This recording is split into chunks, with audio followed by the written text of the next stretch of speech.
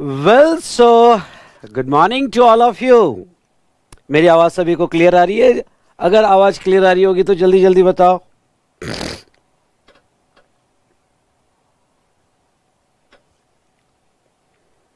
Good morning बेटा, good morning.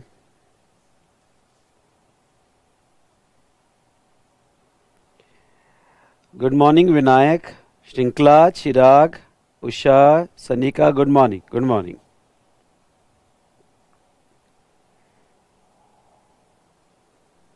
चलो फटाफट सब लोग ज्वाइन हो जाओ और अपनी अटेंडेंस लगाओ, फटाफट लाइक करके अपनी अटेंडेंस लगाओ। जितने भी स्टूडेंट कनेक्टेड हुए लाइक करो, अटेंडेंस लगाओ। Yes yes yes. अच्छा, अभी यहाँ पे अटेंडेंस लगाइए सभी ने। चलिए,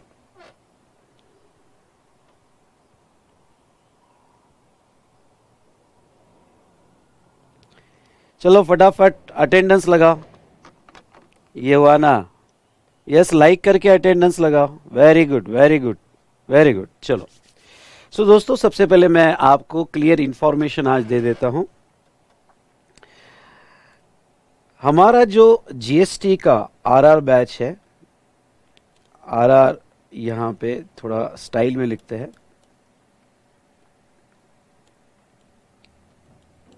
ठीक है? RR for GST. ये आरआर क्या है? Rapid revision. ये आरआर क्या है? रैपिड रिवीजन, ठीक है? जीएसटी। तो इस बार आपको टैक्स में अबव 80 लेना है ना? कहो जोरदार मेरे साथ, इस बार 80 पार।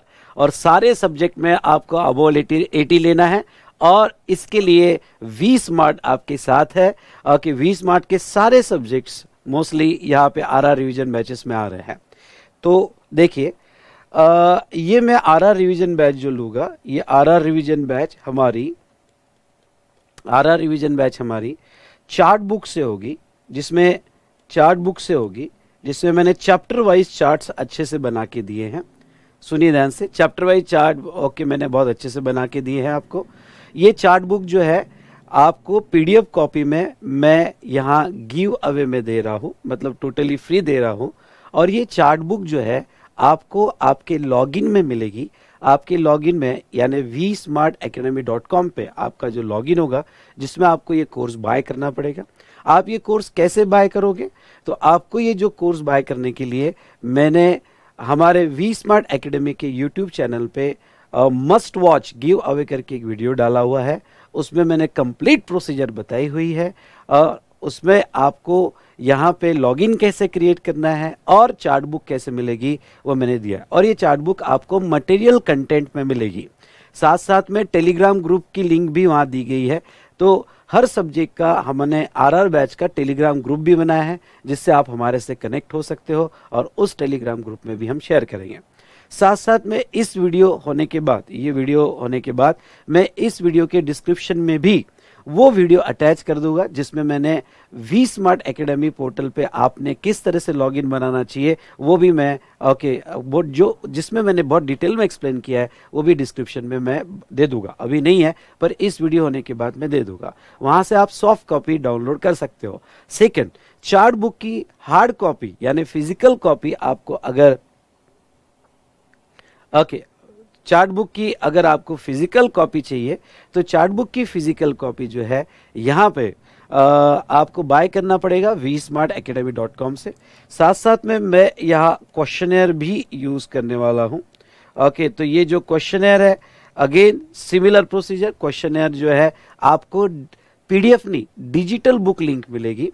क्वेश्चनर की डिजिटल बुक लिंक आपको मिलेगी। साथ साथ में यहाँ पे ध्यान से सुनिएगा,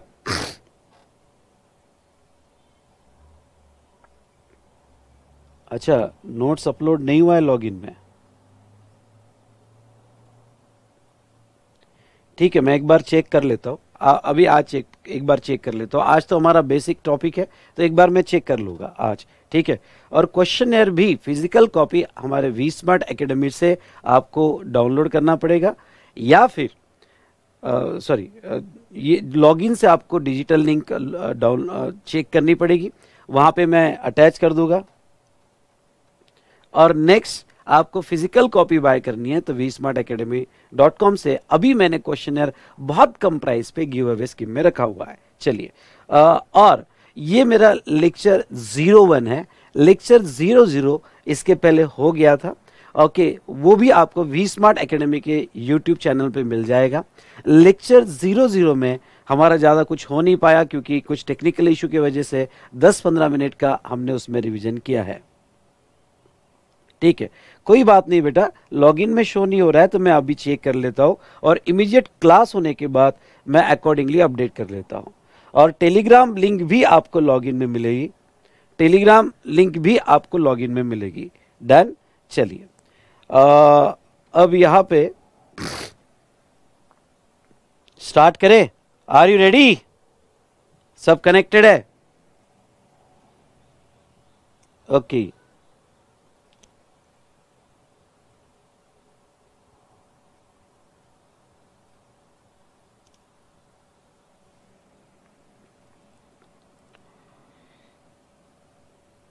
चलो, थोड़ा मैं आपको बताना चाहूँगा कि हम ये जीएसटी में आपको यहाँ पे सीए इंटर या सीएमए या सीएस, ओके, वो भी स्टूडेंट जो सीएमए कर रहे हैं या सीएस कर रहे हैं वो ये बैच कर सकते हैं। आपको जीएसटी में जो है टोटल मैं यहाँ पे 14 चैप्टर्स कवर करने वाला हूँ।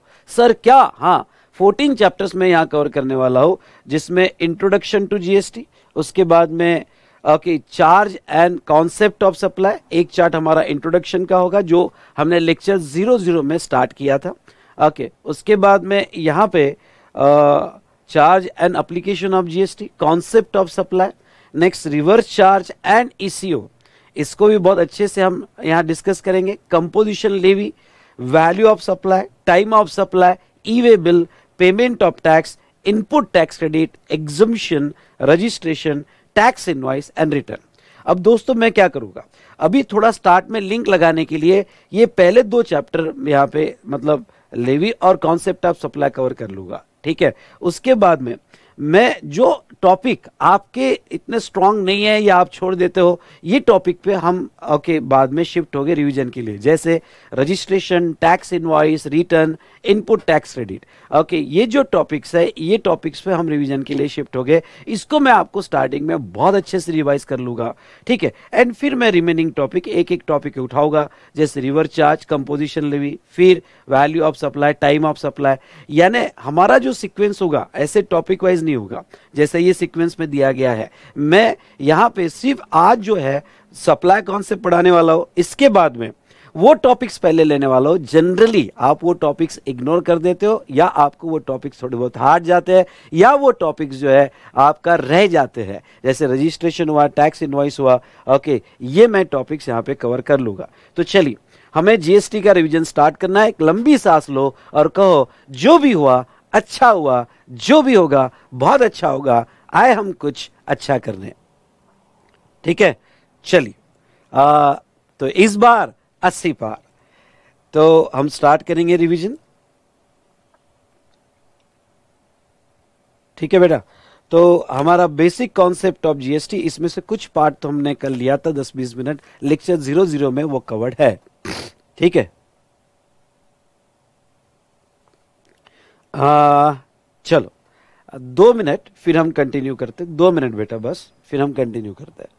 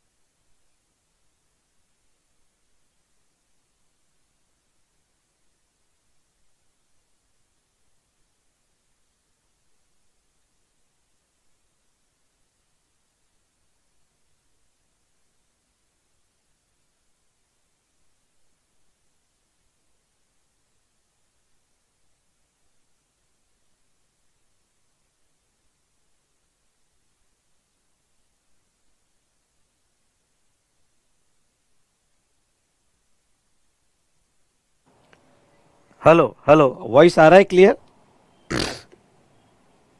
सॉरी बेटा, वॉइस नहीं था। चलिए, तो हमने लेक्चर 00 में यहाँ पे टाइप्स ऑफ जीएसटी, कितने जीएसटी एक्ट है, उसके बाद में प्रिंसिपल ऑफ जीएसटी, उसके बाद में constitutional provision, next benefit of GST and taxes to be subsume in GST. मैं आपको कहता हूं कि अगर आपने ऑलरेडी एक बार जीएसटी पढ़ा हुआ है, मेरे पास क्लास लगाया होगा, नहीं लगाया होगा, लेकिन आपको अगर ये रिवीजन समझती है तो वो केस में जस्ट ये चार्ट बुक और मेरा क्वेश्चन यार इतना ही रीड करो, बाद में आपको कुछ भी एक्स्ट्रा रीड करने की जरूरत नहीं है। आपका एंटायर सिलेबस इसमें कवर हो जाएगा और इसके लिमिटेड टाइम में आपका सब कुछ हो जाएगा। हमने लेक्चर 00 में यहाँ पे ये कंसेप्ट देखे थे, कौन से टैक्सेस सब्स्यूम है, कौन से टैक्सेस सब्स्यूम नहीं हुए। चलो अब थोड़ा डिस्कशन को आगे बढ़ाते हैं। नेक्स्ट बेटा, यहाँ पे taxes on opium, Indian hemp, other narcotics drugs और नार्कोटिक्स, और उसके बाद में टोबैको, टोबैको प्रोडक्ट। ये दो स्पेशल गुड्स ऐसे है कि जिसके ऊपर यहाँ पे जीएसटी भी लगता है और एक्साइज भी लगता है। जैसे एग्जाम्पल के तौर पे यहाँ opium, Indian hemp, other narcotics और नार्कोटिक ड्रग्स, इसके ऊपर स्टेट एक्साइज लगता है एज वेल एज जीएसटी भी लगता है। स्टेट एक्साइज भी लगता है और जीएसटी भी लगता है। और 5 ऐसे गुड्स है जिसके ऊपर जीएसटी नहीं लगता है। अगर आपको याद होगा तो यहाँ पे petroleum crude, high speed diesel, motor spirit, natural gas, aviation turbine fuel, okay, इसके ऊपर यहाँ पे जीएसटी अभी नहीं लगेगा जब तक जीएसटी काउंसिल का रिकमेंडेशन नहीं आएगा। इसे नॉन टैक्सेबल सप्लाई भी कहा जाता है। दूसरा आपने ये देखा था टोबैको और टोबैको प्रोडक्ट। टोबैको और टोबैको प्रोडक्ट होगा तो उसके ऊपर सेंट्रल एक्साइज लगेगा और जीएसटी भी लगेगा। थोड़ा इसको और सिंपल वे में आपको समझा देता हूं तो समझना आपके लिए आसान होगा। चलिए, अगर मैं इसको एक छोटे से चार्ट में आपको समझाने की कोशिश करूं, जस्ट मिनट बेटा। हाँ, एक चार्ट अभी मैंने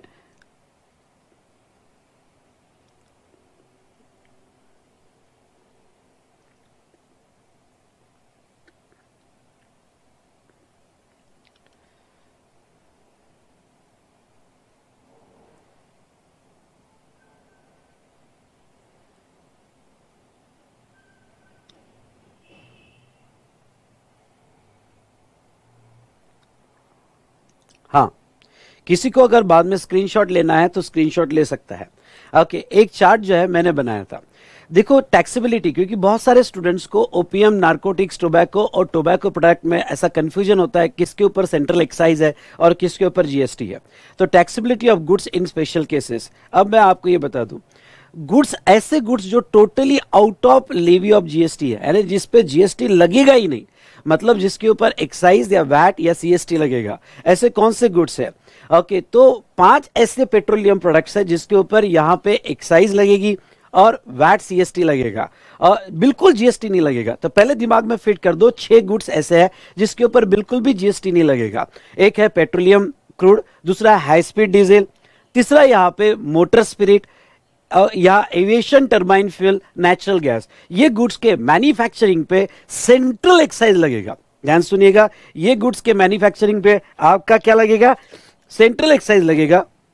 और उसके बाद में अगर आप सेल करते हो, इंट्रास्टेट सेल करते हो तो वैट लगेगा, और इंटरस्टेट सेल करते हो तो सीएसटी लगेगा। और alcoholic liquor for human consumption होगा, I repeat, alcoholic liquor for human consumption होगा तो मैन्युफैक्चरर पे स्टेट एक्साइज लगेगा और सेल पे वैट और सीएसटी लगेगा। तो ये 6 कैटेगरी है जिसके ऊपर एक्साइज और वैट सीएसटी लगता है। चलो, इसे जीएसटी में नॉन टैक्सेबल सप्लाई कहा जाता है। चलो, यहां तक बात हमारी पूरी हुई। अब कुछ ऐसे गुड्स है जिसके ऊपर एक्साइज भी लगता है और जीएसटी भी लगता है। कम ऑन, ध्यान सुनना, एक्साइज भी लगता है और जीएसटी लगता है, लेकिन जहां जीएसटी लगता है वहां वैट और सीएसटी नहीं लगता। बोलो मेरे साथ, जहां जीएसटी लगता है वहां वैट और सीएसटी नहीं लगेगा। तो tobacco and tobacco product, tobacco और टोबैको प्रोडक्ट्स हो गए, जैसे सिगरेट वगैरह होगा तो मैन्युफैक्चरिंग पे सेंट्रल एक्साइज लगेगा और उसके सेल पे या सप्लाई पे इंट्रा होता है तो सीजीएसटी और एसजीएसटी लगेगा, और इंटर होता है तो बेटा आईजीएसटी लगेगा। और दूसरा ओपीएम और नारकोटिक्स, ओपीएम और नारकोटिक्स यानी चरस गांजा, अगर उसका मैन्युफैक्चर होगा तो स्टेट एक्साइज लगेगा, और सेल और सप्लाई होगा तो सीजीएसटी एसजीएसटी और आईजीएसटी इंटरस्टेट के केस में लगेगा। ये तो स्पेशल कैटेगरी हुई, ये 6 कैटेगरी हुई, और ये 2 कैटेगरी हुई जिसमें एक्साइज और जीएसटी लगता है, वैट और सीएसटी नहीं लगता है। और बाकी सारे गुड्स पे, सुनिए, बाकी सारे गुड्स पे या सर्विसेज पे जीएसटी लगेगा। तो ये हमने कॉन्सेप्ट देखा कि कहां जीएसटी नहीं है, कहां एक्साइज और जीएसटी है, और बाकी सारे गुड्स पे। अगर किसी को स्क्रीनशॉट लेना है तो वो 2 मिनट में ले सकता है।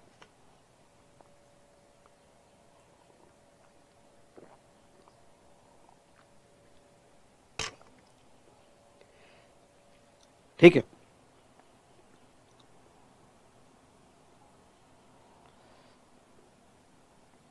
चलो, तो ये हमने देख लिया यहां पे कि टैक्सेबिलिटी ऑफ ओपीएम नारकोटिक्स वगैरह किस तरह से होगा, टोबैको प्रोडक्ट क्या है।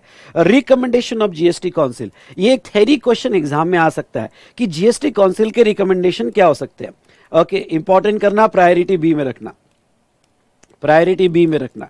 जीएसटी काउंसिल यानी क्या होता है, देखो 28 स्टेट प्लस 3 ऐसे state, I repeat 28 state plus 3 ऐसे स्टेट जो यूनियन टेरिटरी है पर जीएसटी में स्टेट कहलाए जाते हैं। बोलो कौन से ऐसे 3 स्टेट है, यहां पे यस बोलो बोलो बोलो, कौन से 3 ऐसे स्टेट है जो कि यूनियन टेरिटरी पर स्टेट कहलाए जाते हैं। तो दिल्ली, पुडुचेरी एंड जम्मू एंड कश्मीर, ये स्टेट कहलाए जाते हैं जीएसटी में, यानी हुए 31 प्लस 5 यूनियन टेरिटरीज।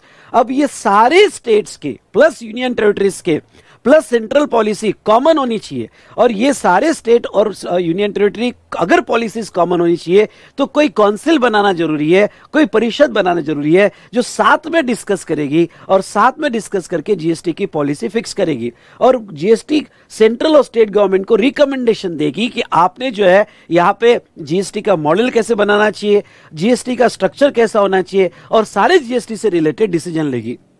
तो इसके ऊपर क्वेश्चन आ सकता है कि जीएसटी काउंसिल के रिकमेंडेशन किसके किसके ऊपर आ सकते हैं। तो देखो जीएसटी काउंसिल के recommendation, taxes to be subsume in GST, GST में कौन कौन से टैक्सेस हमने सब्स्यूम कर लेना चाहिए। 2017 में बहुत सारे टैक्सेस उन्होंने जीएसटी में सब्स्यूम किए, ये सारा डिसीजन जीएसटी काउंसिल का था। उसके बाद में next second, exemption in GST, भाई एग्जम्पशन में कॉमन पॉलिसी होनी चाहिए, सभी लोगों ने अपने हिसाब से एग्जम्पशन नहीं देना चाहिए। तो कौन से गुड्स पे एग्जम्पशन मिलेगा, कौन से सर्विसेज पे एग्जम्पशन मिलेगा, ये पूरा यहां रिकमेंडेशन जीएसटी काउंसिल से आएगा। उसके बाद में जीएसटी का मॉडल कैसा होगा, प्रिंसिपल ऑफ लेवी, जीएसटी की लेवी किसके ऊपर होगी, बोलो किसके ऊपर होगी, सप्लाई के ऊपर होगी। Apportionment of goods and service tax, मतलब अपॉर्शनमेंट किस तरह से लिया जाएगा। ओके, और यहां पे अगर आईजीएसटी का रेवेन्यू इंटरस्टेट के केस में, सुनिए इंटरस्टेट के केस में यहां पे आईजीएसटी का रेवेन्यू आ रहा है, तो ये आईजीएसटी का रेवेन्यू स्टेट में कैसा बांटा जाएगा, ये भी जीएसटी काउंसिल रिकमेंड करेगा। Threshold limit of turnover for exemption, जैसे 10 लाख, 20 लाख, 40 लाख, तो थ्रेशोल्ड लिमिट क्या रखना है एग्जम्पशन की, ये जीएसटी काउंसिल रिकमेंड करेगा। Rate of GST and other special rate, मतलब क्या, जैसे जीएसटी के रेट अभी क्या चालू है, मेजर रेट अभी चालू है 5, 12, 18 एंड 28। हाँ, कुछ गुड्स पे जैसे प्रीशियस स्टोन्स है वगैरह 0.25% है, गोल्ड वगैरह होगा तो यहां 3% है। तो ये जीएसटी के रेट जो है कौन डिसाइड करेगा, ये जीएसटी के रेट जो है यहां जीएसटी काउंसिल रिकमेंड करेगा। उसके बाद में कभी कोई एक्स्ट्रा रेट लगाना है तो जीएसटी काउंसिल रिकमेंड करेगा। उसके बाद में okay, special category of state के लिए स्पेशल प्रोविजन रखने की, जैसे composition levy, composition levy special category of state होगा तो 75 लाख रहेगा, 1.5 सीआर नहीं रहेगा। थ्रेशोल्ड में 10 lakh special category of state के लिए होगा, या कोई अदर प्रोविजन भी यहां पे स्पेशली यहां स्पेशल कैटेगरी ऑफ स्टेट के लिए डिजाइन करना है तो वो जीएसटी काउंसिल रिकमेंड करेगा। और कोई भी ऐसा अदर मैटर जो यहां इंपॉर्टेंट लगता है वो यहां पे जीएसटी काउंसिल रिकमेंड करेगा। तो चलिए बेटा, इतने पॉइंट्स आपके ख्याल में होने चाहिए। ओके, फटाफट यहां पे पॉइंट आप पढ़ना कैसे, taxes to be subsume, exemption, GST model, apportionment of interstate, threshold limit, GST rate, okay, special provision for special category of state, और अदर मैटर जो जीएसटी से होगा वो जीएसटी काउंसिल रिकमेंड करेगा। स्पेशल कैटेगरी ऑफ स्टेट कौन कौन से होंगे, special category of state Arunachal Pradesh, Assam, Jammu and Kashmir, Manipur, Meghalaya, Mizoram, Nagaland, Sikkim, Tripura, Himachal Pradesh and Uttarakhand, ये स्पेशल कैटेगरी ऑफ स्टेट माने जाएंगे। दोस्तों मैं आपको यहां बताना चाहूंगा, ओके मैं आपको यहां बताना चाहूंगा कि ये स्पेशल कैटेगरी ऑफ स्टेट आपको लर्न करना पड़ेगा। क्यों? क्योंकि बहुत सी बार थ्रेशोल्ड ओके या अभी तो चलो 10 लाख का थ्रेशोल्ड 4 ही स्टेट्स में है, अगर आपको याद होगा तो। ओके और वो कौन कौन से स्टेट में? तो आपको एक मेमोरी टेक्निक मैंने बताई थी, चलो अगर आपको याद नहीं होगी तो फिर से। ओके त्रि मनी वाला नाग मुझे दिखा। त्रि मतलब त्रिपुरा, मनी मतलब मणिपुर, नाग मतलब नागालैंड और मुझे मतलब मिजोरम। ओके त्रि मनी वाला नाग मुझे दिखा। ये 4 स्टेट में 10 लाख का थ्रेशोल्ड लिमिट है, आपको याद है। ओके और बाकी केस में 20 लाख और 40 लाख, ऐसे अलग अलग यहाँ पे provision special category of states के लिए है। इसलिए ये लिस्ट आपको याद रखनी पड़ेगी। ग्रेजुअली हम आगे जब डिस्कस करेंगे तो डेफिनेटली उसके ऊपर भी डिस्कशन यहाँ पे करेंगे। उसके बाद में आपको आईटीसी यूटिलाइजेशन कैसे किया जाएगा। ओके अब एक एक बात ध्यान से सुनना। जब भी आप आईटीसी यूटिलाइजेशन करोगे, इसके ऊपर हमने प्रॉब्लम सॉल्व किए थे। आप मेरी रिवीजन होने के बाद 10 मिनट का एक होमवर्क करना कि इसके ऊपर जो मैंने प्रैक्टिकल प्रॉब्लम आज से सॉल्व करवा के लिए, वो प्रैक्टिकल प्रॉब्लम जो है यहां पे जरूर देखना। ओके और आपने एक प्रॉब्लम तो भी सॉल्व करके देखना। मैं क्वेश्चनर के कुछ क्वेश्चंस तो आपको बताऊंगा कि जो आपको सॉल्व करने हैं। चलो अब यूटिलाइजेशन कैसे होगा? यूटिलाइजेशन होगा कि जब भी आप क्रेडिट यूज करोगे तो आईजीएसटी का क्रेडिट पहले यूज करने के लिए लोगे, तो आईजीएसटी का क्रेडिट अगेंस्ट आईजीएसटी, और फिर अगर बचा तो कोई भी रेशियो में आप सीजीएसटी और एसजीएसटी में यूज कर सकते हो। आप 50% हो सकता है सीजीएसटी, 50% एसजीएसटी, या फिर फुल्ली सीजीएसटी, फुल्ली एसजीएसटी, या कोई भी रेशियो में आप आईजीएसटी का यहाँ पे क्रेडिट यूज कर सकते हो। Now after utilization of full ITC of IGST, यानी after utilization of full ITC, after utilization of ITC of IGST, IGST का पूरा क्रेडिट यूज करने के बाद यहां पे अगर कुछ बचा तो आप सीजीएसटी का क्रेडिट बाद में यूज करोगे और बाद में एसजीएसटी का। सीजीएसटी का क्रेडिट आप सीजीएसटी में यूज करोगे, अगर बैलेंस होगा तो आईजीएसटी में, और एसजीएसटी का क्रेडिट आप एसजीएसटी में यूज करोगे, अगर बैलेंस होगा तो आईजीएसटी में। लेकिन क्रॉस क्रेडिट यानी सीजीएसटी और एसजीएसटी, ओके सीजीएसटी और एसजीएसटी, तो सीजीएसटी का सीजीएसटी में अलाउड है, एसजीएसटी का एसजीएसटी में अलाउड है, लेकिन क्रॉस क्रेडिट अलाउड नहीं है। क्रॉस क्रेडिट अलाउड नहीं है बिटवीन सीजीएसटी और एसजीएसटी। चलो एक प्रॉब्लम लेके यहां पे ट्राई करते हैं समझने की। समझ लो आपका आउटपुट टैक्स, ओके आपका आउटपुट टैक्स, और आपका प्रेजेंटेशन कैसा होना चाहिए ये भी देख लो। आपका आउटपुट टैक्स और आपका आईटीसी, आपका आउटपुट टैक्स आईजीएसटी है, यहां एग्जांपल लेते हैं। आपका आउटपुट टैक्स आईजीएसटी और आपका आईजीएसटी है 2 लाख रुपए। उसके बाद में सीजीएसटी है आपका, यहां पे ध्यान से देखिएगा, सीजीएसटी 50,000 और एसजीएसटी आपका 50,000, ठीक है। और आपके पास आईटीसी है, आईटीसी है आईजीएसटी के, आईजीएसटी के आईटीसी आपके पास है 2,50,000, आपके पास 2,50,000 है।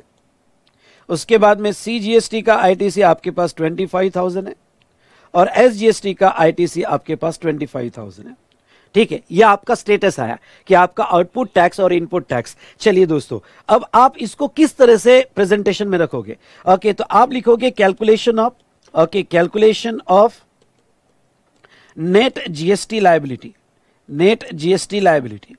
अब आपने नेट जीएसटी लायबिलिटी लिख लिया, अब आप लिखोगे पर्टिकुलर्स, ओके पर्टिकुलर्स। एक बार फॉर्मेट देख लो और आपने तीनों टैक्स लिख लेना। आईजीएसटी, पहले आईजीएसटी लिखना, फिर सीजीएसटी लिखना, फिर एसजीएसटी लिखना, ये बहुत इंपॉर्टेंट है। पहले आईजीएसटी लिखना, उसके बाद में tax on outward supply, tax on outward supply. आपका आउटवर्ड सप्लाई पे टैक्स कितना है? 2 लाख। ओके जो भी आपका आउटवर्ड सप्लाई पे टैक्स होगा लिख लो यहाँ पे, तो यहाँ पे 2 लाख रुपए। उसके बाद में नेक्स्ट यहाँ पे 50,000 और नेक्स्ट यहाँ पे 50,000, ओके ये आपका टैक्स ऑन आउटवर्ड सप्लाई होगा। लेस आईटीसी, प्रेजेंटेशन देखो, less ITC input tax credit on inward supply, उसमें आपका इनवर्ड सप्लाई में कितना है? आईजीएसटी, इनर कॉलम में लिखना है सीजीएसटी और एसजीएसटी। ओके कितना है आपके पास? आईजीएसटी 2,50,000 है, इनर कॉलम में लिखा 2,50,000 है, सीजीएसटी 25,000 है और ये भी आपके पास 25,000 है। अब ये आपको क्रेडिट यूज करना है। लॉ क्या कहता है? लॉ ये कहता है कि सबसे पहले आईजीएसटी का क्रेडिट यूज करो। नहीं, अगर आपको ये सवाल होगा कि क्या मैं सर सीजीएसटी और एचजीएसटी का क्रेडिट यूज कर सकता हूं क्या पहले? नहीं, पहले आपको आईजीएसटी का क्रेडिट यूज करना पड़ेगा, पहले उसको खत्म करना पड़ेगा। वो खत्म होने के बाद आप सीजीएसटी और एचजीएसटी का क्रेडिट यूज कर सकते हो। चलिए डन। तो ऐसे केस में आईजीएसटी जो मैं पहले यूज करूंगा, लॉ ये कहता है आईजीएसटी का क्रेडिट पहले आईजीएसटी में, मतलब यहां पे आपने पूरा यूज कर लिया अगेंस्ट पेमेंट ऑफ 2 लाख। उसके बाद में अगर बैलेंस होगा तो आप कोई भी रेशियो में यूज कर सकते हो। यहां मैं बचा हुआ बैलेंस ऐसा भी यूज कर सकता हूं कि यहां पे पूरा 50,000 और यहां पे नील, मेरी मर्जी। या फिर उल्टा भी यूज कर सकता हूं, यहां पे ओके उल्टा, इसको उल्टा भी ले सकता हूं कि यहां पे 50,000 ओके यहां पे नील, ओके मेरी मर्जी। या फिर मैं यहां 50-50 भी यूज कर सकता हूं, मतलब क्या 25,000 ये ज्यादा बेटर है क्योंकि आपका प्लानिंग रहेगा इधर 25,000 का बैलेंस है तो 50-50, पर आप कैसे भी यूज करो गलत नहीं होगा, आपको पूरे मार्क्स दिए जाएंगे। तो मैंने 25,000 यूज कर लिया और मेरा क्रेडिट पूरा यूज हो गया। अब सीजीएसटी का क्रेडिट वो किस में कहते हैं? पहले सीजीएसटी में अगर बैलेंस हो और रिक्वायर्ड हो तो आईजीएसटी में, यहां रिक्वायर्ड ही नहीं है, यहां मिलता नहीं है। और एसजीएसटी का क्रेडिट एसजीएसटी में, ओके, और यहां मिलता नहीं है और यहां रिक्वायर्ड नहीं है, और इस तरह से आपकी लायबिलिटी नहीं लाएगी। आई होप आपको ये समझ में आ गया होगा। चलिए दोस्तों, तो हमने ये देखा कि किस तरह से आपने क्रेडिट यूटिलाइजेशन करना चाहिए। उसके बाद में GST, body of GST law act, हमें जीएसटी एक्ट पढ़ना है, रूल्स पढ़ने हैं, नोटिफिकेशंस पढ़ने हैं एंड एक्सेट्रा। और एक कॉन्सेप्ट है बेटा GST compensation cess act. I repeat, GST compensation cess क्या है? तो यहां पे ये डिसाइड हुआ था जब जीएसटी आने वाला था कि अगर कोई स्टेट को जीएसटी आने से लॉस हुआ तो उसको कंपेंसेट किया जाएगा, और उसके लिए एक स्पेशल एक्ट है जीएसटी कंपेंसेशन सेस एक्ट 2017। इसमें आपको इन एडिशन टू जीएसटी एक एक्स्ट्रा जीएसटी सेस लगाया जाता है, और वो कुछ लग्जरियस आइटम पे लगाया जाता है, जैसे लग्जरी कार हुई, सिगरेट हुआ, टोबैको हुआ, जो सोशली डोमिनेटेड गुड्स है, तो इसके ऊपर ये एक्स्ट्रा टैक्स लगाया जाता है जिसे जीएसटी कंपेंसेशन हम कहते हैं। चलिए, तो ये जो है कुछ इंपॉर्टेंट पार्ट हमने ये टॉपिक का बेसिक कॉन्सेप्ट ऑफ जीएसटी का हमने कवर किया। ओके, और यहाँ पे जो मेन पॉइंट्स है हमने देखे। अब इसके साथ आपको क्वेश्चनर पढ़ना है, क्वेश्चनर पढ़ना आप स्टार्ट कर दीजिएगा। चलो डन। तो हमारा ये चैप्टर यहाँ पे एंड होता है।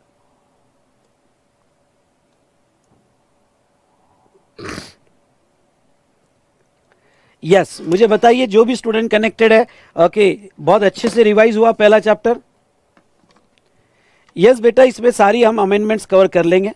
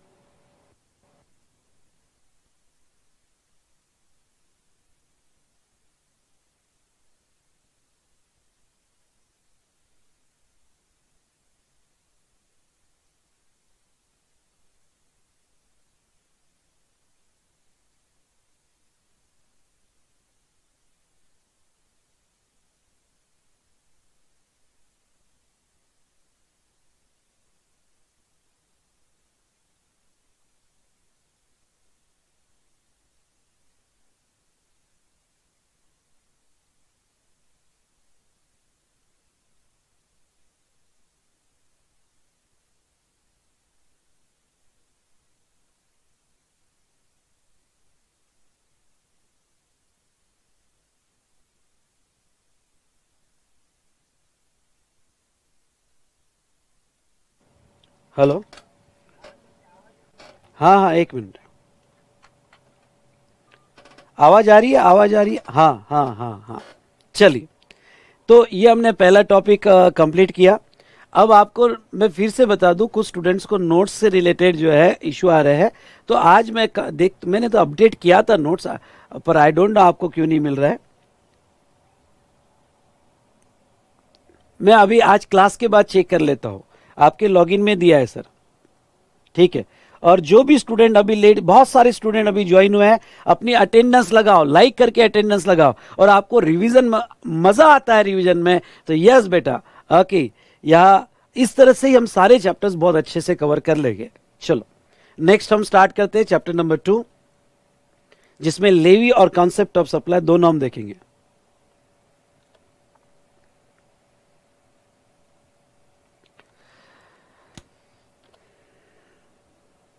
चलिए, तो बेटा charge of GST and concept of supply. पहले चार्ज ऑफ जीएसटी और कॉन्सेप्ट ऑफ सप्लाई ये दोनों साथ में देख लेते हैं। चार्जिंग सेक्शन, चार्जिंग सेक्शन में जैसे आपको याद होगा तो सेक्शन 9(1) 3 पार्ट में डिवाइड होता है, एक लेवी, दूसरा कलेक्शन और तीसरा पर्सन लायबल टू पे टैक्स। टैक्स कौन देगा? ओके, तो सबसे पहले हम बात करते हैं लेवी की, फिर हम बात करेंगे कलेक्शन की और फिर पर्सन लायबल टू पे टैक्स। लेवी, लेवी फिर से 3 पार्ट में डिवाइड होता है, चार्ज, वैल्यू और रेट। ओके, तो आपने अगर क्लास में मेरे साथ चार्ट ड्रॉ किया होगा तो आपको डेफिनेटली याद आएगा, एक एक लाइन याद आएगी। तो चार्ज किसके ऊपर है? अगर आप ध्यान से देखते हो तो चार्ज जो है यहाँ पे intra state supply under section 9(1), intra state supply of goods और सर्विसेज, यहाँ पे intra state supply of goods और सर्विसेज और बोथ उसके ऊपर जीएसटी आएगा। और अगर आईजीएसटी एक्ट हम पढ़ते हैं तो इंटरस्टेट सप्लाई ऑफ गुड्स और सर्विस उसके ऊपर आएगा। तो चार्ज इंट्रा या इंटरस्टेट सप्लाई पे। What do mean by intrastate supply?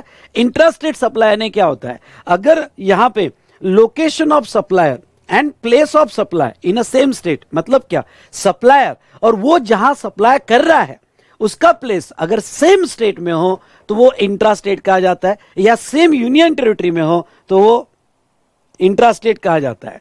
और इंटरस्टेट कब कहा जाता है? Location of supplier and place of supply ये 2 डिफरेंट स्टेट में है या 2 डिफरेंट यूटी में है या स्टेट और यूटी में है तो उसके लिए वो इंटरस्टेट सप्लाई कहा जाता है। जैसे लोकेशन ऑफ सप्लायर महाराष्ट्र में है और प्लेस ऑफ सप्लायर राजस्थान में है तो interstate supply, location of supplier state में है और प्लेस ऑफ सप्लाई यूटी में है तो उसे इंटरस्टेट सप्लाई कहा जाता है। ठीक है, तो चलिए ये देखा हमने इंट्रास्टेट सप्लाई और इंटरस्टेट सप्लाई।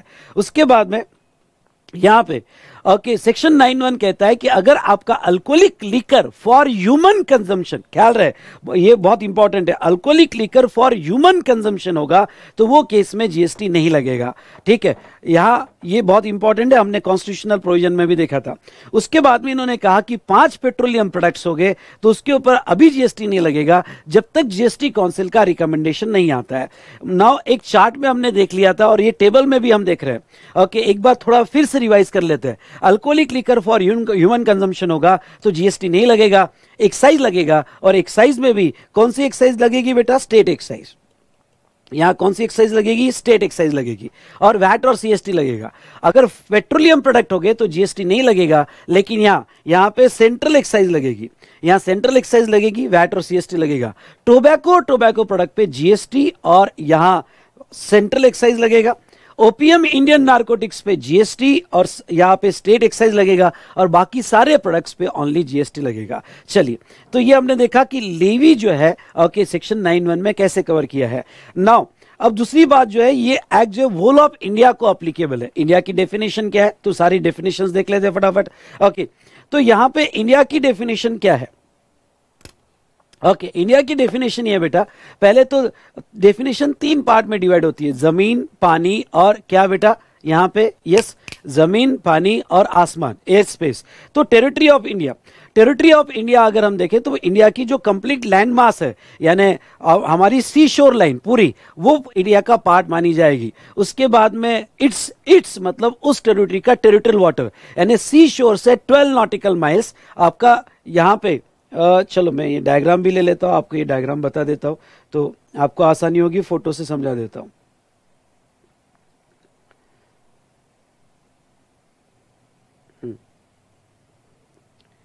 यस, थोड़ा इससे समझा देता हूं तो आपको आसानी होगी। ओके, तो ये जो है ये इंडिया का पार्ट माना जाएगा। यहां से 12 नॉटिकल माइल्स, यहां से 12 nautical miles okay territorial water कहा जाता है और वो जो ओके वाटर सरफेस है वो भी इंडिया माना जाता है। उसके नीचे का सी बेड और सब सॉइल मतलब जस्ट टेरिटोरियल वाटर के नीचे का सी बेड और सब सॉइल जो है वो इंडिया का पार्ट माना जाएगा। उसके बाद में continental shelf.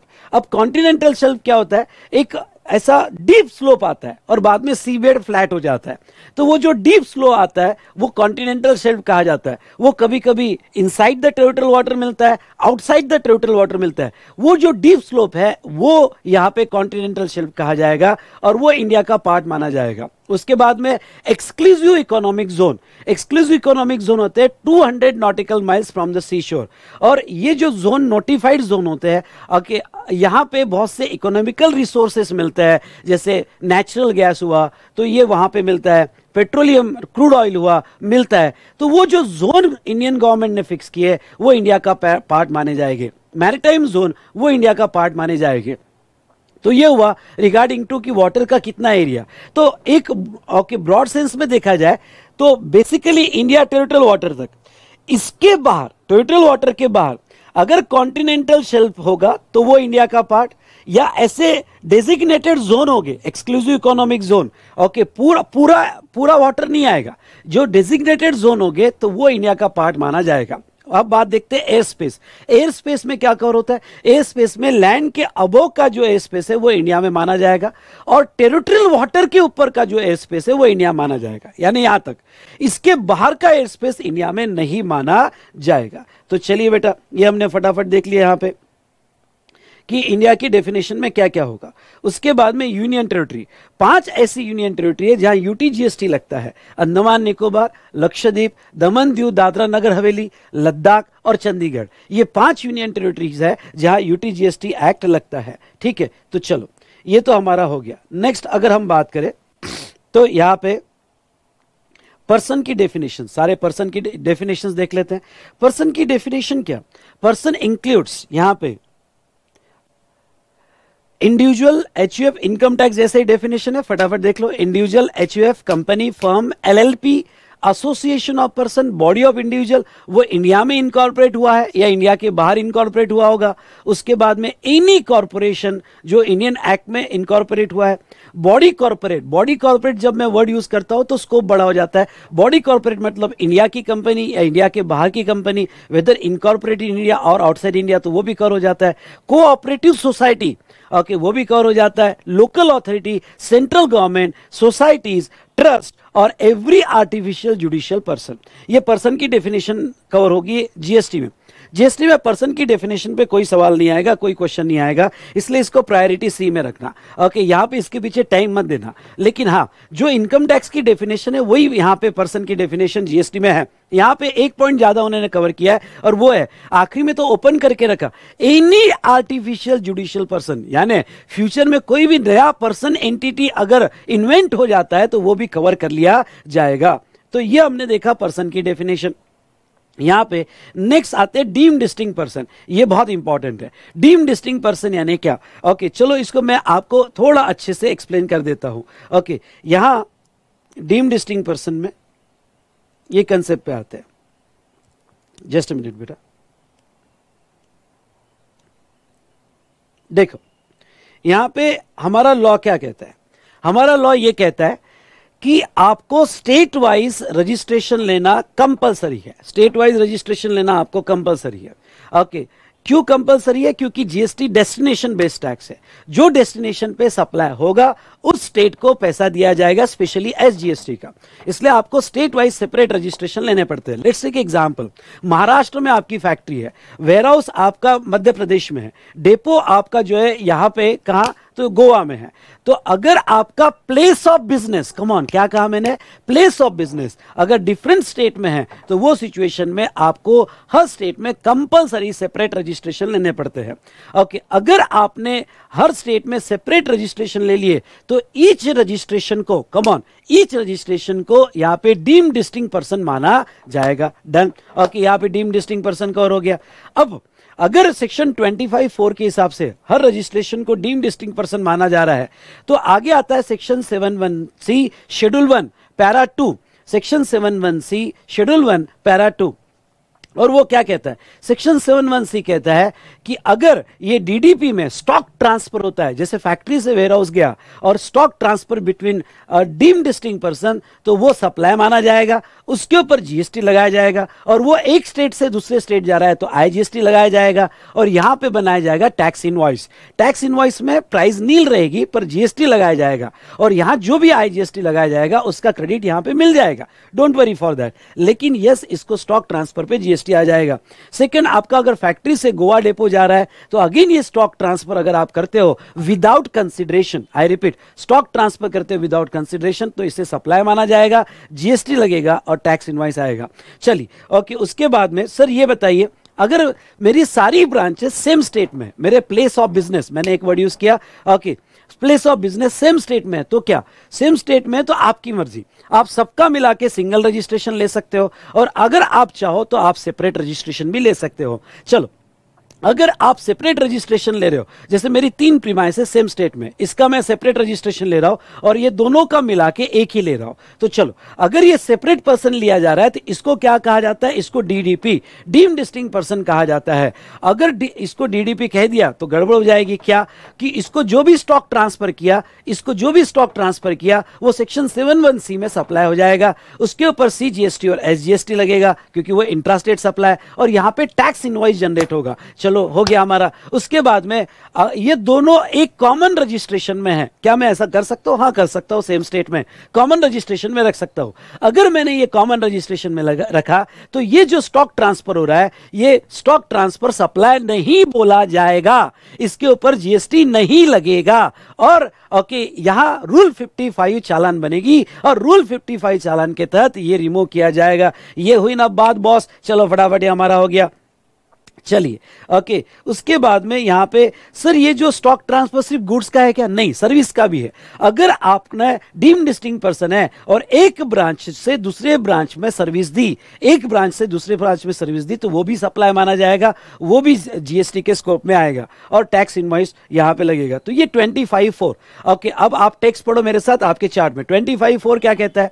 Okay, if you having a 2 or more place of businesses, okay, आपके multiple place of business है in a same state or in different state, and you obtain or required to obtain separate registration, यानी आपने separate registration लिया होगा, तो each such registration shall be treated as deemed distinct person, deemed distinct person माना जाएगा। उसके बाद में 25(5), ओके, 25(5) उसके बाजू में दिया है आपके चार्ट बुक में। 25(5) क्या कहता है? चलो, इसके ये पॉइंट एक बार अच्छे से समझ लो। ये पॉइंट क्या है? ओके, मैं आपको ये कहना चाहूंगा कि यहां 25(5) में सबसे पहले तो जब हम सेक्शन 25 पढ़ते हैं तो ऐसा नहीं है कि आपके सारे एस्टेब्लिशमेंट के रजिस्ट्रेशन करने पड़ते हैं, ऐसा नहीं है। अगर आपके अदर स्टेट में प्लेस ऑफ बिजनेस होगी तो ही आपको रजिस्ट्रेशन करने पड़ते हैं। जिस ऑफिस होगा तो रजिस्ट्रेशन करने की जरूरत नहीं है।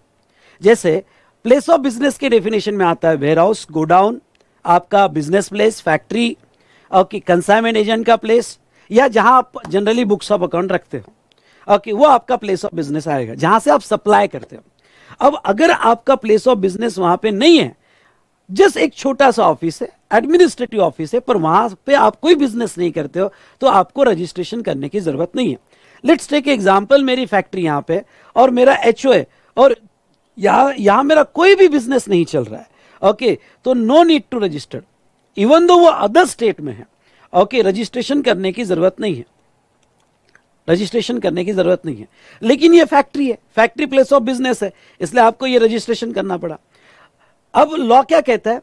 इवन दो आपकी कोई एस्टैब्लिशमेंट अदर स्टेट में होगी, इवन दो वो रजिस्टर्ड नहीं होगी, लेकिन अगर आपने एक स्टेट से दूसरे स्टेट में, ये बहुत इंपॉर्टेंट है, एक स्टेट से दूसरे स्टेट में कोई गुड सप्लाई किया या सर्विस सप्लाई की, कोई गुड सप्लाई किया या सर्विस सप्लाई की एक स्टेट से दूसरे स्टेट में, तो वो जो सप्लाई आपने किया वो यहां पे डीम्ड डिस्टिंक्ट पर्सन में माना जाएगा, यानी ये भी डीडीपी माना जाएगा, ये भी डीडीपी माना जाएगा एज पर सेक्शन 25(5), और ये 71(c) के अंडर सप्लाई आएगा और इस पर भी जीएसटी लग जाएगा, इस पर भी जीएसटी लग जाएगा। यानी डीडीपी के दो कॉन्सेप्ट है, एक दोनों रजिस्टर्ड है तो डीडीपी, एक रजिस्टर्ड है और एक अनरजिस्टर्ड है पर अदर स्टेट में है, बहुत इंपॉर्टेंट, एक रजिस्टर्ड है और एक अनरजिस्टर्ड है, और वो दोनों वो जो अनरजिस्टर्ड अदर स्टेट में, तो वो डीडीपी माना जाएगा।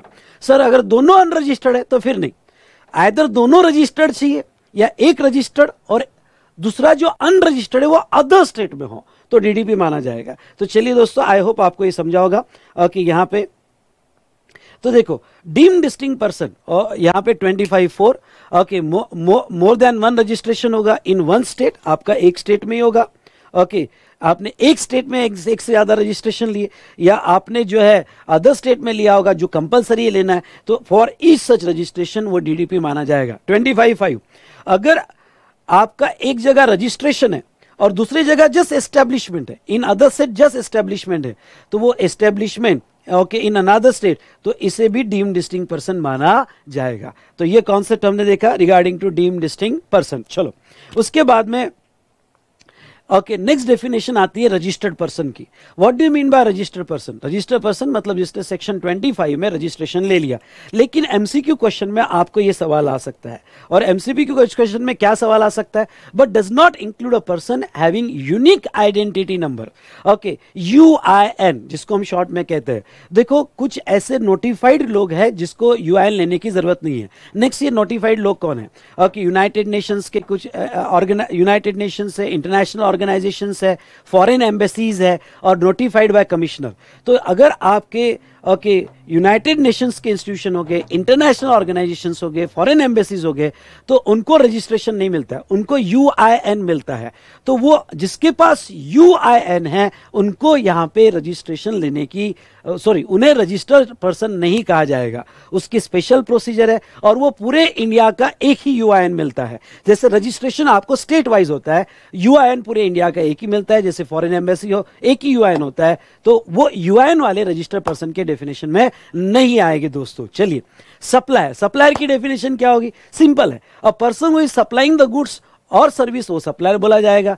और उसका एजेंट भी, आई रिपीट, उसका एजेंट भी यहां पे सप्लायर के डेफिनेशन में कवर किया जाएगा। नाउ जो मोस्ट इंपॉर्टेंट डेफिनेशन है, ओके, जो पढ़ के जाना एग्जाम में आ सकती है, और वो है recipient. What do you mean by recipient? ये डेफिनेशन का बहुत ज्यादा इंपॉर्टेंस है। क्यों इंपॉर्टेंस है ये डेफिनेशन का? ध्यान से सुनिएगा। ये डेफिनेशन का क्यों इंपॉर्टेंस है बेटा? क्योंकि ये रिसिपिएंट रिवर्स चार्ज में लायबिलिटी रिसिपिएंट पे आती है, प्लेस ऑफ सप्लाई भी रिसिपिएंट के बेस पे होता है, बहुत सारे एग्जम्पशन भी रिसिपिएंट के बेस पे होता है। तो what do you mean by recipient? चलो देखते हैं इसको। यहां पे पहला, where a consideration is payable, यानी कंसिडरेशन तुम्हारे सप्लाई में है। क्यों? क्योंकि सप्लाई दो टाइप के होते हैं, अगर आपको याद होगा तो। कंसिडरेशन है और कंसिडरेशन नहीं है। अगर कंसिडरेशन नहीं है तो 4 ऐसी केसेस है, 4 ऐसी केसेस है शेड्यूल 1 में जिसे सप्लाई बोला जाता है। पहला एग्जांपल लेते हैं कि तुम्हारे सप्लाई में कंसिडरेशन है। अगर तुम्हारे सप्लाई में कंसिडरेशन है तो फिर ओके रिसिपिएंट कौन? ओके, रिसिपिएंट वो जो कंसिडरेशन दे रहा है। हाँ, रिसिपिएंट वो जो कंसिडरेशन दे रहा है। इसके लिए मैंने एक एग्जांपल लिया था, समझ लो। ओके, कोई कंपनी ने एक एम्प्लॉय को ट्रेनिंग के लिए मेरे पास भेजा फॉर जीएसटी। मैं जीएसटी ट्रेनिंग उस एम्प्लॉय को दे रहा हूं, लेकिन मुझे कंसिडरेशन कंपनी से आ रहा है। अगर मुझे कंसिडरेशन कंपनी से आ रहा है तो मेरा रिसिपिएंट वो एम्प्लॉय नहीं हुआ जिसको मैं सर्विस दे रहा हूं। मेरा रिसिपिएंट कौन हुआ? तो मेरा रिसिपिएंट कंपनी हुआ, और रिसिपिएंट कंपनी माना जाएगा। ओके, तो जो मुझे पैसा देगा वो मेरा रिसिपिएंट माना जाएगा। जो सर्विस लेगा, जो गुड्स की डिलीवरी लेगा, वो रिसिपिएंट नहीं। चलो second, where no consideration, consideration नहीं है। पूरे जीएसटी में 4 ही ऐसी केसेस है जहां कंसिडरेशन नहीं होगा तो भी जीएसटी आता है। पहला, अगर आपको शेड्यूल 1 याद होगा तो permanent transfer of business asset on which ITC is taken. दूसरा, सप्लाई ऑफ गुड्स और सर्विस बिटवीन रिलेटेड पर्सन और डीम्ड डिस्टिंक्ट पर्सन। तीसरा, प्रिंसिपल और एजेंट। ओके, और चौथा, इंपोर्ट ऑफ सर्विस। ये 4 केसेस में ही कंसिडरेशन नहीं भी होगा तो भी जीएसटी आता है। अगर समझ लो कंसिडरेशन नहीं है, और अगर आपने सप्लाई गुड्स का किया है, आपने सप्लाई गुड्स का किया है, तो वो सिचुएशन में जिस दिन आप गुड्स डिलीवर्ड करोगे, ओके ध्यान से देखिएगा, जिस दिन डिलीवर्ड करोगे या मेड अवेलेबल करोगे या पोजीशन दोगे, ओके उस दिन जिसको भी आपने ओके यहाँ पे डिलीवर्ड किया उस पर्सन को रिसिपिएंट माना जाएगा। और अगर वो सप्लाई ऑफ सर्विस होगी तो ऐसे सिचुएशन में ओके पर्सन इंक्लूडिंग एजेंट वो यहां पे रिसिपिएंट माना जाएगा। जिसको आपने सर्विस रेंडर्ड की, आई रिपीट, जिसको सर्विस रेंडर्ड की, ओके वो पर्सन हो या उसका एजेंट हो, उसे रिसिपिएंट माना जाएगा। तो इस तरह से हमने ये डेफिनेशन देखा यहां पे regarding to okay distinct person. फिर टाइप ऑफ सप्लाई, सब टाइप ऑफ सप्लाई मैं आपको बता देता हूं।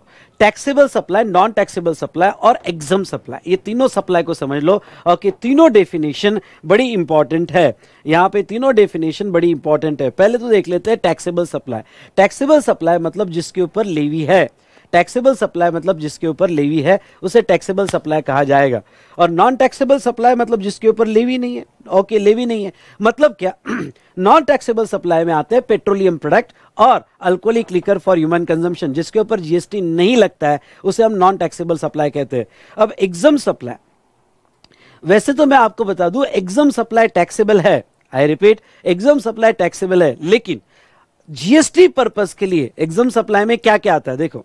नील रेट मतलब जिसके ऊपर कंप्लीटली रेट नील है वो एग्जम सप्लाई माना जाएगा गुड्स और सर्विस का। वोनली एग्जम्ड, ओके, जो वोनली एग्जम्ड है वो एग्जम सप्लाई माना जाएगा। लेकिन इंपॉर्टेंट क्या है? इंपॉर्टेंट ये है कि जब भी जीएसटी में यहां पे एग्जम सप्लाई हो तो एग्जम supply also includes non taxable supply. ये बहुत इंपॉर्टेंट है, आप कंफ्यूज हो जाओगे, एमसीक्यू क्वेश्चन आ सकता है कि whether exempt supply includes non taxable supply. Yes, GST के डेफिनेशन में अगर हमने एग्जम सप्लाई कहा तो उसमें नॉन टैक्सेबल सप्लाई भी कवर हो जाएगा, जैसे एग्जांपल पेट्रोल, अल्कोहल वगैरह। सर इसका रिलेवेंस क्या है? इसका रिलेवेंस ये है क्योंकि जैसे आईटीसी चैप्टर ले लो, आईटीसी चैप्टर में मैंने कहा कि आपका सप्लाई जो है अगर एग्जम सप्लाई है तो आपको आईटीसी नहीं मिलता है। तो आपका सप्लाई एग्जम सप्लाई का मतलब क्या? आइदर आपका आउटपुट सप्लाई नील रेट पे है, आपका आउटपुट सप्लाई वोनली एग्जम्प्ट है, या आपका output supply non taxable supply, example petroleum product वगैरह। अगर वो नॉन टैक्सेबल सप्लाई है तो वो सिचुएशन में आपको जीएसटी के क्रेडिट नहीं मिलेंगे। ठीक है, एक कॉन्सेप्ट और आता है जीरो रेट सप्लाई। हाँ, एक कॉन्सेप्ट और आता है जीरो रेट सप्लाई। वो यहां पे जीरो रेट सप्लाई क्या होता है मैं आपको बता दूं। जीरो रेट सप्लाई बेटा मतलब एक्सपोर्ट, ओके, यानी रेट जीरो नहीं, रेट नॉर्मल है पर आपने एक्सपोर्ट किया उसके इंसेंटिव मिलते हैं, उसको हम कहते हैं जीरो रेट सप्लाई। इसलिए कंफ्यूज मत होना, जब भी जीएसटी में जीरो रेट सप्लाई मतलब जीरो रेट मत समझना। जीरो रेट सप्लाई मतलब एक्सपोर्ट इंसेंटिव सप्लाई। अगर आप एक्सपोर्ट करते हो तो उसमें आपको इंसेंटिव मिलते हैं, ओके, उसको हम एक्सपोर्ट। तो what is the difference between exempt and zero rate? एग्जम मतलब जीएसटी देना ही नहीं है, और जीरो रेट मतलब अगर आप वो गुड्स इंडिया में सप्लाई करते हो तो जीएसटी देना पड़ेगा। आपने एक्सपोर्ट किया इसलिए आपको इंसेंटिव दिया गया, उसको हम कहते हैं जीरो रेट सप्लाई। ये हुई ना बात। चलिए, ये तो हमारा हुआ यहां पे, ओके, ये कुछ डेफिनेशन। उसके बाद में ओके, इन द कोर्स और फर्दरेंस ऑफ बिजनेस। ओके, तो what is the definition of business? Business की डेफिनेशन हम देखते हैं सेक्शन 217 में। ओके, बिजनेस की डेफिनेशन क्या है? ओके, क्या सर ये डेफिनेशन हमें लर्न करनी पड़ेगी? नहीं, लेकिन कभी कभी जब केस स्टडी आती है या न्यूमेरिकल क्वेश्चंस में आपको नोट्स लिखनी पड़ती है तो नोट्स लिखते वक्त आपको ये काम आएगा, इसके वर्डिंग्स काम आएंगे। इसलिए इसको एक दो बार अच्छे से पढ़ना, पूरी डेफिनेशन वर्ड टू वर्ड आपको लर्न करने की जरूरत नहीं है। चलो ये डेफिनेशन आपको 2 मिनट में समझा देता हूं। ओके, बिजनेस की डेफिनेशन क्या है? बिजनेस की डेफिनेशन है कि इंडिया के सारे ट्रेड, कॉमर्स और मैन्युफैक्चर बिजनेस कहे जाएंगे। प्रोफेशन, वोकेशन, एडवेंचर, वेजर और एनी अदर सिमिलर एक्टिविटी, वो प्रॉफिट मोटिव से हो या ना हो, प्रॉफिट मोटिव से हो या ना हो, जीएसटी में बिजनेस कहे जाएंगे। सेकेंड यहां पे एक्टिविटी और transaction in the nature of clause है, वेदर और नॉट, सॉरी सेकेंड इधर आएगा, एक्टिविटी और transaction in connection with incidental to और ancillary to sub clause a. थोड़ा इस तरह से पढ़ना, ए बी मतलब क्या? ओके, ये जो trade, commerce, profession, adventure, wager, इससे कोई कनेक्टेड एक्टिविटी होगी, एंसिलरी एक्टिविटी होगी, तो वो भी बिजनेस कही जाएगी। एग्जाम्पल समझ, V smart academy, V smart academy का प्रोफेशन है, हम सर्विस प्रोवाइड करते हैं। लेकिन कभी कभी क्या है, बिजनेस के हमने कोई असेट बेच दिया, बेंचेस बेच दिया, ओके, हमने कोई यहाँ पे अदर एक्टिविटी कर लिया जो हमारी मेन नहीं है। एग्जाम्पल लो, कैमरा है, कैमरा बेचना मेरा मेन काम नहीं है, लेकिन ये बिजनेस का कैमरा है, बेंचेस बिजनेस के, सीपीयू बिजनेस का, और ये मैंने बेच दिया, तो ये इंसिडेंटल एक्टिविटी मानी जाएगी टू बिजनेस। और अगर ये इंसिडेंटल एक्टिविटी होगी तो उस एक्टिविटी वो पर भी जीएसटी आएगा, वो भी in the course of business कहा जाएगा। उसके बाद में नेक्स्ट यहाँ पे C activity, any activity or transaction in the nature of sub clause A. Okay, whether और not in volume, frequency or continuity or regularity, ये भी बहुत इंपॉर्टेंट है। ओके, कभी कभी क्या होता है कि आप कोई एक्टिविटी वॉल्यूम में नहीं करते हो, फ्रीक्वेंसी में नहीं करते हो, लेकिन इन द नेचर ऑफ ए है, यानी यहां से आई हुई एक्टिविटी है। जैसे जैसे एग्जांपल लो कि भाई मेरी मोबाइल शॉप ही है, अब मोबाइल शॉप ही है तो मेरी बिजनेस से ही मेरे को नॉलेज आया है। अब मैंने किसी को मोबाइल शॉपिंग कैसे सेटअप करना उसकी कंसल्टेंसी दे दी कि भाई देख ओके ऐसे ऐसे सेटअप करना चाहिए, तूने ऐसा सब कुछ करना चाहिए, और उसकी कंसल्टेंसी दे दी, और उसके मैंने चार्जेस लिए ओके 50 लाख रुपए कि तुझे मोबाइल शॉपिंग में सेटअप करके दे रहा हूं। अब मेरी ये जो है ये कोई मेरी कंटिन्यूअस एक्टिविटी नहीं है, पर आया तो ए से ही है, इन द नेचर ऑफ ए ही है, तो उसे भी बिजनेस कहा जाएगा। उसके बाद में सप्लाई और acquisition of goods including capital goods और service in connection with commencement और क्लोजर ऑफ बिजनेस। अब ये दो वर्ड को समझ लो। ओके अगर आप बिजनेस कमेंस कर रहे हो, जस्ट समझो बेटा,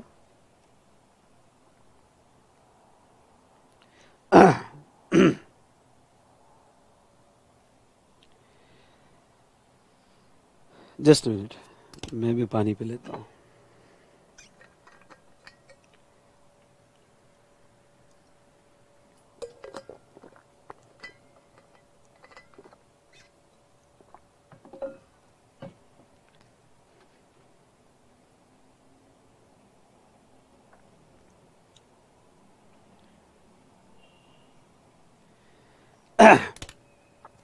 उसके बाद में यहां पे अगर हम कवर करें तो मैं ये बता दूं कि कमेंसमेंट समझ लो, मुझे यहां पे बिजनेस स्टार्ट करना है, फैक्ट्री स्टार्ट करना है, अभी तक बिजनेस स्टार्ट नहीं हुआ, फैक्ट्री सेटअप हो रही है। तो अगर मैं कमेंस कर रहा हूं और तब मैंने कोई गुड्स खरीदा, कैपिटल गुड्स खरीदा, सर्विस खरीदा, तो वो भी in the course of business मानी जाएगी, और उसका भी आईटीसी मिलता है। क्योंकि देखो आईटीसी में जब मैं सेक्शन 16(1) पढ़ा होगा तो सेक्शन 16(1) की एलिजिबिलिटी ऑफ आईटीसी पहली कंडीशन है कि जो भी आपने खरीदा ओके वो इन द कोर्स ऑफ बिजनेस खरीदना चाहिए। अब देखो एक एग्जांपल लो, एग्जांपल ये कि मैंने बिजनेस अभी तक स्टार्ट नहीं किया, लेकिन कमेंस करने के पहले ओके फैक्ट्री सेटअप करने के पहले, शॉप सेटअप करने के पहले, या मेरा सर्विस का ऑफिस सेटअप करने के पहले मैंने कुछ गुड्स खरीदे सेटअप के लिए, कैपिटल गुड्स खरीदे, इनपुट सर्विस खरीदी, तो क्या वो इन द कोर्स ऑफ बिजनेस कही जाएगी? बिल्कुल इन द कोर्स ऑफ बिजनेस कही जाएगी, और उसके आईटीसी दिए जाएंगे। क्लोजर ऑफ द बिजनेस समझ लो, यहां पे मैंने बिजनेस क्लोज होने के बाद सप्लाई किया, मैंने समझ लो मेरी फैक्ट्री थी 3 साल हो गए बंद हो गई, 3 साल हो गए वैसी पड़ी है, पर उसमें मशीनरीज पड़ी है, पुरानी मशीनरी पड़ी है, बिजनेस क्लोज हो गया, पर 3 साल बाद अगर कोई गुड्स मैं सप्लाई करता हूं आफ्टर क्लोजर ऑफ बिजनेस, वो भी in the course of business माना जाएगा और उस पर भी जीएसटी लगाया जाएगा। उसके बाद में यहां पे प्रोविजन नेक्स्ट देखो, provision by way of club, association, society और any such body okay of facility और बेनिफिट्स फॉर इट्स मेंबर।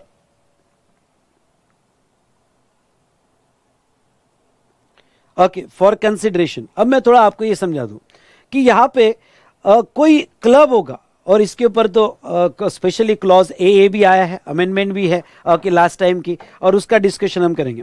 अब देखो कोई क्लब होगा, एसोसिएशन होगा, सोसाइटी होगा, और वो अपने मेंबर को फॉर सब्सक्रिप्शन अपने मेंबर को अगर कोई चार्जेस लगाती है, तो वो जो फॉर सब्सक्रिप्शन है अपने ही मेंबर को लगाया क्या, वो बिजनेस एक्टिविटी मानी जाएगी, और बिजनेस एक्टिविटी मानी जाएगी तो उस पर भी जीएसटी आएगा। उसके बाद में F, admission to any premises यानी ticket charges. Okay admission to any premises जिसको टिकट चार्जेस है ओके कोई इवेंट के, तो उसको भी in the course of business कहा जाएगा। जी, service supplied by a person holder of an office which has been accepted in the course of trade, profession और वोकेशन। मतलब क्या, मतलब समझ लो मैंने ओके कोई ऑफिस का होल्डर, जैसे मुझे कोई कंपनी में डायरेक्टर बनाया गया, कोई यहाँ पे फाइनेंस डायरेक्टर बनाया गया, और मैंने ऑफिस होल्ड करके रखा है, पर वो ऑफिस मैंने इन द कोर्स ऑफ मेरे प्रोफेशन वोकेशन में होल्ड करके रखा है, जिसका कंपनी से मुझे कुछ सिटिंग फीस मिल जाती है, कोई ऑनररी अमाउंट मिल जाता है, तो ऐसे केस में इन the course of my profession मैंने कोई ऑफिस होल्ड करके रखा होगा, तो वो भी in the course of business माना जाएगा। रेस क्लब की सारी activity in the course of business मानी जाएगी। और लास्ट बट नॉट लिस्ट, और वो क्या, सेंट्रल गवर्नमेंट, स्टेट गवर्नमेंट की सारी एक्टिविटीज, क्यों ना वो पब्लिक अथॉरिटी की हो, सारी activities in the course of business माना जाएगा। सेंट्रल गवर्नमेंट और स्टेट गवर्नमेंट की सारी activities in the course of business मानी जाएगी। तो ये कुछ इंपॉर्टेंट डेफिनेशंस हमने देखी। चलो तो एक बार मैं फिर से कनेक्ट करता हूं। लेवी देखा, हाँ सेकंड वैल्यू क्या होगी, तो सेक्शन 15 में हम वैल्यूएशन देखेंगे, सेक्शन 15(1), 15(2), 15(3) वैल्यू कैसे डिटरमाइन करना वो देखेंगे। उसके बाद में रेट के मैंने स्ट्रक्चर यहां पे दिए। कलेक्शन कैसे होगा, तो आपका टाइम ऑफ सप्लाई यहां पे अटैच होगा, आपका टाइम ऑफ सप्लाई कि टीओएस आपका कैसे आएगा, गवर्नमेंट आपसे कैसे कलेक्ट करेगी, और पर्सन लायबल टू पे टैक्स। ओके, तो वो टैक्सेबल पर्सन होना चाहिए, टैक्सेबल पर्सन होना चाहिए। What do you mean by taxable person, important definition. Taxable person यानी क्या, means a person who is registered और liable to registered under section 22 और 24। मतलब क्या, देखो जीएसटी सब पे नहीं आता है, जीएसटी जो टैक्सेबल पर्सन होगा उसके ऊपर ही आएगा। मतलब, और टैक्सेबल पर्सन मतलब जो रजिस्टर्ड है या लायबल टू रजिस्टर्ड है।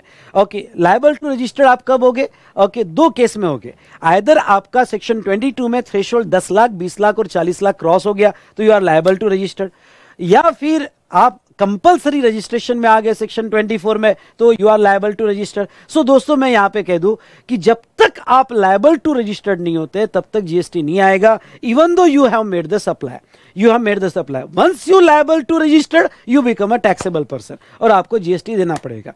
तो यहां पे जीएसटी में बेसिक एग्जम्पशन नहीं है, बेसिक थ्रेशोल्ड फॉर रजिस्ट्रेशन है। सर दोनों में क्या फर्क है, मतलब ऐसा नहीं कि हर साल आपको 20 लाख का एग्जम्पशन मिलेगा, ऐसा नहीं है। आपको 20 लाख तक रजिस्ट्रेशन करवाने की जरूरत नहीं है। अगर आपका 20 लाख क्रॉस हो गया और you are liable to registered, you are taxable person, तो फिर आपको एक एक रुपए पे जीएसटी देना पड़ेगा। और आपको देखो ये जो लायबिलिटी आएगी ये 3 कैटेगरी ऑफ पर्सन पे आती है जीएसटी में। फॉरवर्ड चार्ज जहां सप्लायर देता है, okay, person making interstate intrastate supply. दूसरा रिवर्स चार्ज जहां रिसिपिएंट देता है, और e commerce operator eco. Okay, तो वो वाट लायबिलिटी होगा। तो ये फॉरवर्ड चार्ज, रिवर्स चार्ज और ईसीओ के बारे में हम पढ़ेंगे। तो चलिए बेटा, ये पेज हमारा कंप्लीट हुआ, ये रिवीजन हमारी कंप्लीट हुई। मुझे ये बताइए, यहां पे ये पूरा डिस्कशन हमारा कंप्लीट होता है। अच्छा मुझे ये बताइए, स्पीड इज ओके, सबको क्लियरली समझ में आ रहा है, अच्छे समझ में आ रहा है, मजा आ रहा है? मजा आ रहा हो तो एमजेड टाइप कीजिएगा। और जितने भी स्टूडेंट है अटेंडेंस नहीं लगी है आपकी, एमजेड टाइप कीजिएगा जितने भी स्टूडेंट है कनेक्टेड।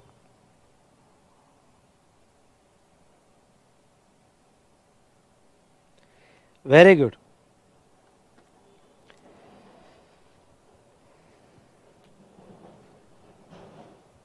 डन, ये हुई ना बात।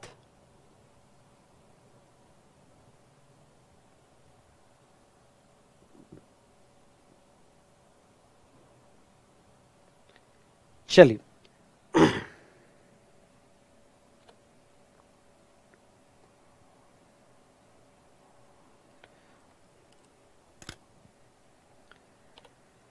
अब आते हैं कॉन्सेप्ट ऑफ सप्लाई पे। सेक्शन 7 का चार्ट, सेक्शन 7 का चार्ट, कॉन्सेप्ट ऑफ सप्लाई। चलो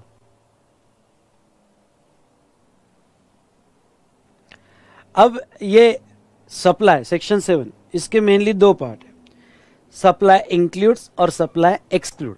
हर एक्टिविटी को थोड़ा स्लो स्पीड में समझते हैं, फिर मैं आगे धीरे धीरे अपनी स्पीड बढ़ाऊंगा। सेक्शन 7 में what supply includes, supply includes में 2 पार्ट, विथ कंसिडरेशन, ध्यान से देखिएगा, विथ कंसिडरेशन और without consideration, with consideration and without consideration, जहां शेड्यूल 1 हम देखेंगे। विथ कंसिडरेशन में यहां पे 3 एक्टिविटी आएगी, 7(1)(a), 7(1)(b, ओके, और 7(1)(a) जो लास्ट टाइम इंट्रोड्यूस किया गया था। हम तीनों भी बात करेंगे विथ कंसिडरेशन में। ओके, 7(1)(a) क्या कहता है? 7(1)(a) कहता है ऑल फॉर्म ऑफ सप्लाई। ये तो जस्ट एग्जाम्पल है, sale, transfer, barter, exchange, disposal, license, rental, lease. Sir ये लिस्ट लर्न करना है क्या? नहीं। ओके, बस आप इतना याद कि इसके अलावा भी अगर कोई भी फॉर्म होगा, ओके, और तुमको पैसा मिला होगा, तुमको मिला, हमको भी चाहिए। ओके, तो ये जो वर्ड है all form of supply of goods और सर्विस। आपको एक बात बता देता हूं, जीएसटी कब आएगा? तो 7(1)(a) ये बेसिक फंडामेंटल प्रोविजन है जीएसटी आने की, ये मेन है। बाकी तो ठीक है, बाकी तो थोड़ा उन्होंने ऐड किया है, यानी ये मेन वड़ा पाव है। भाई ओके यहाँ पे ये तो चटनी है, मिर्ची है, साथ साथ में चटनी मिर्ची लगाई हुई है, सप्लाई कब बोला जाएगा? पर बेसिकली अगर कोई भी क्लाइंट आया और कहा कि भाई जीएसटी कब आएगा, कब सप्लाई कहा जाएगा, तो all form of supply of goods और सर्विसेज और both, okay, bye way of this, अगर ये चारों कंडीशन फुलफिल करती है तो वो सप्लाई माना जाएगा। चलिए आगे बढ़ने के पहले हम देख लेते हैं what do you mean by goods और what do you mean by service. What do you mean by goods and what do you mean by service? Section 252 goods की डेफिनेशन यहां पे देखेंगे। सेक्शन सर्विस 2102, सेक्शन याद करने की जरूरत नहीं है, सिर्फ गुड्स और सर्विस की डेफिनेशन यहां हम देख लेते हैं। चलो पहला मींस, अगर गुड्स होगा तो any kind of movable property goods में कवर होगा, और सर्विस होगा तो सर्विस की डेफिनेशन तो ऐसी डिजाइन किया ना, anything other than goods, goods छोड़ के बाकी कुछ, किसी में भी आपने पैसा कमाया, just a minute,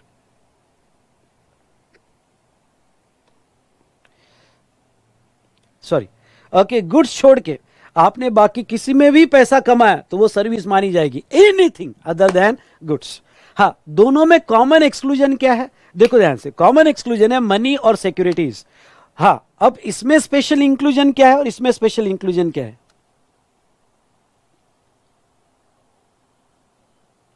okay, please please please spam ना करें, प्लीज स्पैम ना करें। ओके, अननेसेसरी आप वो स्टूडेंट्स को नुकसान कर रहे हो। ओके, प्लीज आप यहाँ पे स्पैमिंग ना करें। चलो, तो जो सीरियसली यहाँ पे क्लास देख रहे हैं उसका आप नुकसान कर रहे हो, और मैं आपके मैसेज की तरफ बिल्कुल ध्यान नहीं दूंगा। अभी मुझे आपको फटाफट रिवाइज करवाना है, ओके, यहाँ, और मुझे आपका कॉन्फिडेंस बूस्ट करना है, इतना मुझे समझ में आता है, ठीक है। तो गुड्स में क्या स्पेशल इंक्लूड किया जाएगा? Actionable claim. हाँ, generally sale of goods act में एक्शनेबल क्लेम गुड्स के डेफिनेशन में नहीं आता है, लेकिन जीएसटी में एक्शनेबल क्लेम ये गुड्स के डेफिनेशन में आएगा, और ग्रोइंग क्रॉप्स और grass attach to the land और नॉट एक्सेट्रा वो गुड्स के डेफिनेशन में आएगा। चलिए बात करते हैं एक्शनेबल क्लेम की। एक्शनेबल क्लेम गुड्स में स्पेसिफिकली इंक्लूड किया गया है। ओके, क्यों? क्योंकि लॉटरी बेटिंग और गैम्बलिंग ये एक्शनेबल क्लेम कहे जाते हैं और उस पर जीएसटी लगाना था, इसलिए गुड्स के डेफिनेशन में एक्शनेबल क्लेम इंक्लूड किया। आपको एक बात और बता दूं, लॉटरी बेटिंग और गैम्बलिंग छोड़ के बाकी एक्शनेबल क्लेम पे जीएसटी नहीं आता है, लेकिन लॉटरी बेटिंग और गैम्बलिंग पे जीएसटी आता है। नेक्स्ट, मनी और सिक्योरिटीज उन्होंने ना गुड्स में रखे ना सर्विस में रखे, इसलिए अगर आपने किसी को पैसा दिया, पैसा लिया, उसके ऊपर जीएसटी नहीं। आपने सिक्योरिटी बाय की, सिक्योरिटी सेल की, जिसमें बॉन्ड हो, डिबेंचर्स हो, शेयर्स हो, वॉट इट में भी, उस पर जीएसटी नहीं आएगा। चलो अब थोड़ा सर्विस पे आते हैं। सर्विस में वो कहते हैं एनीथिंग अदर देन गुड्स वो सर्विस मानी जाएगी, और उन्होंने स्पेशली इंक्लूड किया है separate consideration is charge for use of money और कन्वर्जन ऑफ मनी। मतलब ये पॉइंट को थोड़ा समझ लो। Okay, separate consideration charge for use of money. Money के ट्रांजेक्शन जो है, पैसा देना पैसा लेना, वो ना गुड्स है ना सर्विस है, लेकिन पैसा देने लेने के लिए सेपरेट कंसिडरेशन चार्ज किया गया। अब पैसा देने के लिए सेपरेट कंसिडरेशन यानी मैंने आपको पैसा यूज करने दिया 1 लाख रुपए और आपने 1 लाख रुपए वापस कर दिया, इसके ऊपर जीएसटी नहीं है। पर अगर मैंने ये पैसा यूज करने का इंटरेस्ट लगाया तो इंटरेस्ट सर्विस मानी जाएगी। आई रिपीट, इंटरेस्ट सर्विस मानी जाएगी। हाँ, वो बात अलग है कि अभी फिलहाल इंटरेस्ट को एग्जम्पशन है, अभी फिलहाल इंटरेस्ट को एग्जम्पशन है, but interest is the service. या कन्वर्जन ऑफ मनी, मैंने आपको डॉलर दिए, आपने रुपीस दिए, या वाइस वर्सा हुआ, तो वो सिचुएशन में वो ट्रांजैक्शन इन मनी है, उस पर जीएसटी नहीं लगेगा। लेकिन ये कन्वर्जन का कमीशन मैंने चार्ज किया तो वो कमीशन पे जीएसटी आएगा। Done done done done. उसके बाद में उसके बाद में एक एक्सप्लेनेशन क्या कहते हैं? एक्सप्लेनेशन कहता है कि फैसिलिटिंग और arranging the transaction in securities, securities by करना, सिक्योरिटीज सेल करना, वो दोनों में से एक्सक्लूड है, लेकिन इससे रिलेटेड फैसिलिटी देना या इसके ट्रांजैक्शन अरेंज करना, जिसका आपने यहां पे ब्रोकरेज चार्ज किया, money securities lending fees charge की, जो भी आपने सेपरेट चार्ज किया हो तो वो सर्विस मानी जाएगी और उसके ऊपर जीएसटी आएगा। डन डन डन डन हो गया हमारा गुड्स और सर्विस का डेफिनेशन। अब आते हैं नीचे। सप्लाई करने के लिए सेक्शन 7(1) जो आपका बेसिक फंडामेंटल सेक्शन है, बाकी तो चटनी है, बाकी तो मिर्ची है, मेन वड़ा पाव ये है। ओके, और ये क्या कहता है, सप्लाई होने के लिए 4 बेसिक फैक्टर है। पहला basic factor sale, transfer, barter वगैरह होना चाहिए। दूसरा, made or agreed to be made होना चाहिए। Okay, for consideration in the course और फर्दरेंस ऑफ बिजनेस। तो वो सिचुएशन में अगर ये चारों कंडीशन एक साथ फुलफिल होती है तो वो केस में जीएसटी आएगा। चलो एक एक बात को देखते हैं। ओके, पहली बात तो वो कहते हैं कि all form of supply such as just example है, इसके अलावा भी बाकी कोई भी आपकी एक्टिविटी होगी जिसमें आप पैसा कमाते होगे, गुड्स और सर्विस के ट्रांजैक्शन होगे, तो उस पे पर जीएसटी आएगा। पहला उन्होंने लिया सेल होता है तो ऑब्वियसली जीएसटी आएगा। दूसरा, ट्रांसफर, कभी कभी सेल नहीं होता है, बस आपने ट्रांसफर किया तो वो भी जीएसटी आ सकता है, जहां ओनरशिप नहीं दिया। हायर परचेस ट्रांजैक्शन, जहां कंसिडरेशन तो है पर ओनरशिप नहीं होगा, तो अगर हायर परचेस ट्रांजैक्शन है, ऑपरेटिंग लीज है जिसमें आपने ट्रांसफर किया, तो उस पर भी जीएसटी आएगा। नेक्स्ट, बार्टर में आपने गुड्स ए दिया, उसने बी दिया। ओके, दोनों अगर इन द कोर्स ऑफ बिजनेस होगा तो जीएसटी आएगा। एक्सचेंज में आपने पुराना मोबाइल दिया, मैंने नया मोबाइल दिया, तो अगर एक्सचेंज होता है तो उस पर भी जीएसटी आएगा। डिस्पोजल, भाई जीएसटी सिर्फ फाइनल प्रोडक्ट पे नहीं है, जीएसटी कोई भी गुड्स पे है। समझ लो आपका वेस्ट डिस्पोज होता है, आपका बाय प्रोडक्ट डिस्पोज होता है और वो गुड्स है, तो उस पर भी जीएसटी आएगा। अगर लाइसेंस एग्रीमेंट है, रेंटल एग्रीमेंट है, लीज एग्रीमेंट है, तो उस पर भी जीएसटी आएगा। तो इन शॉर्ट ये सचास में एग्जाम्पल लिया है। दूसरा, made or agreed to be made, ये दो वर्ड्स को अच्छे से समझ लो। मेड मतलब आपने सप्लाई कर दिया गुड्स और सर्विस का और पैसा बाद में मिला, आपने सप्लाई कर दिया और पैसा बाद में मिला, तो made or agreed to be made, जो ऑलरेडी डिलीवर्ड कर दिया या ऑलरेडी सर्विस दे दी। लेकिन बेटा अग्रीड टू बी मेड यानी क्या, ये पॉइंट को अच्छे से समझ लो। अग्रीड टू बी मेड मतलब आपने अभी तक सप्लाई नहीं किया पर आपको एडवांस मिल गया। अगर आपको एडवांस मिलता है तो उसके ऊपर वो सप्लाई माना जाता है, जीएसटी आता है। लेकिन अगर हम टाइम ऑफ सप्लाई की प्रोविजन पढ़े, अगर आपको याद होगी, तो गुड्स का अगर एडवांस मिलता है तो नोटिफिकेशन कौन सा है, आपको याद है? यस, 66/2017। तो ये जो नोटिफिकेशन है गुड्स के एडवांस पे फिलहाल टीओएस नहीं है, टाइम ऑफ सप्लाई नहीं है, एडवांस पे जीएसटी नहीं आता है, ओनली इनवॉइस और लास्ट डेट ऑफ इनवॉइस पे आएगा।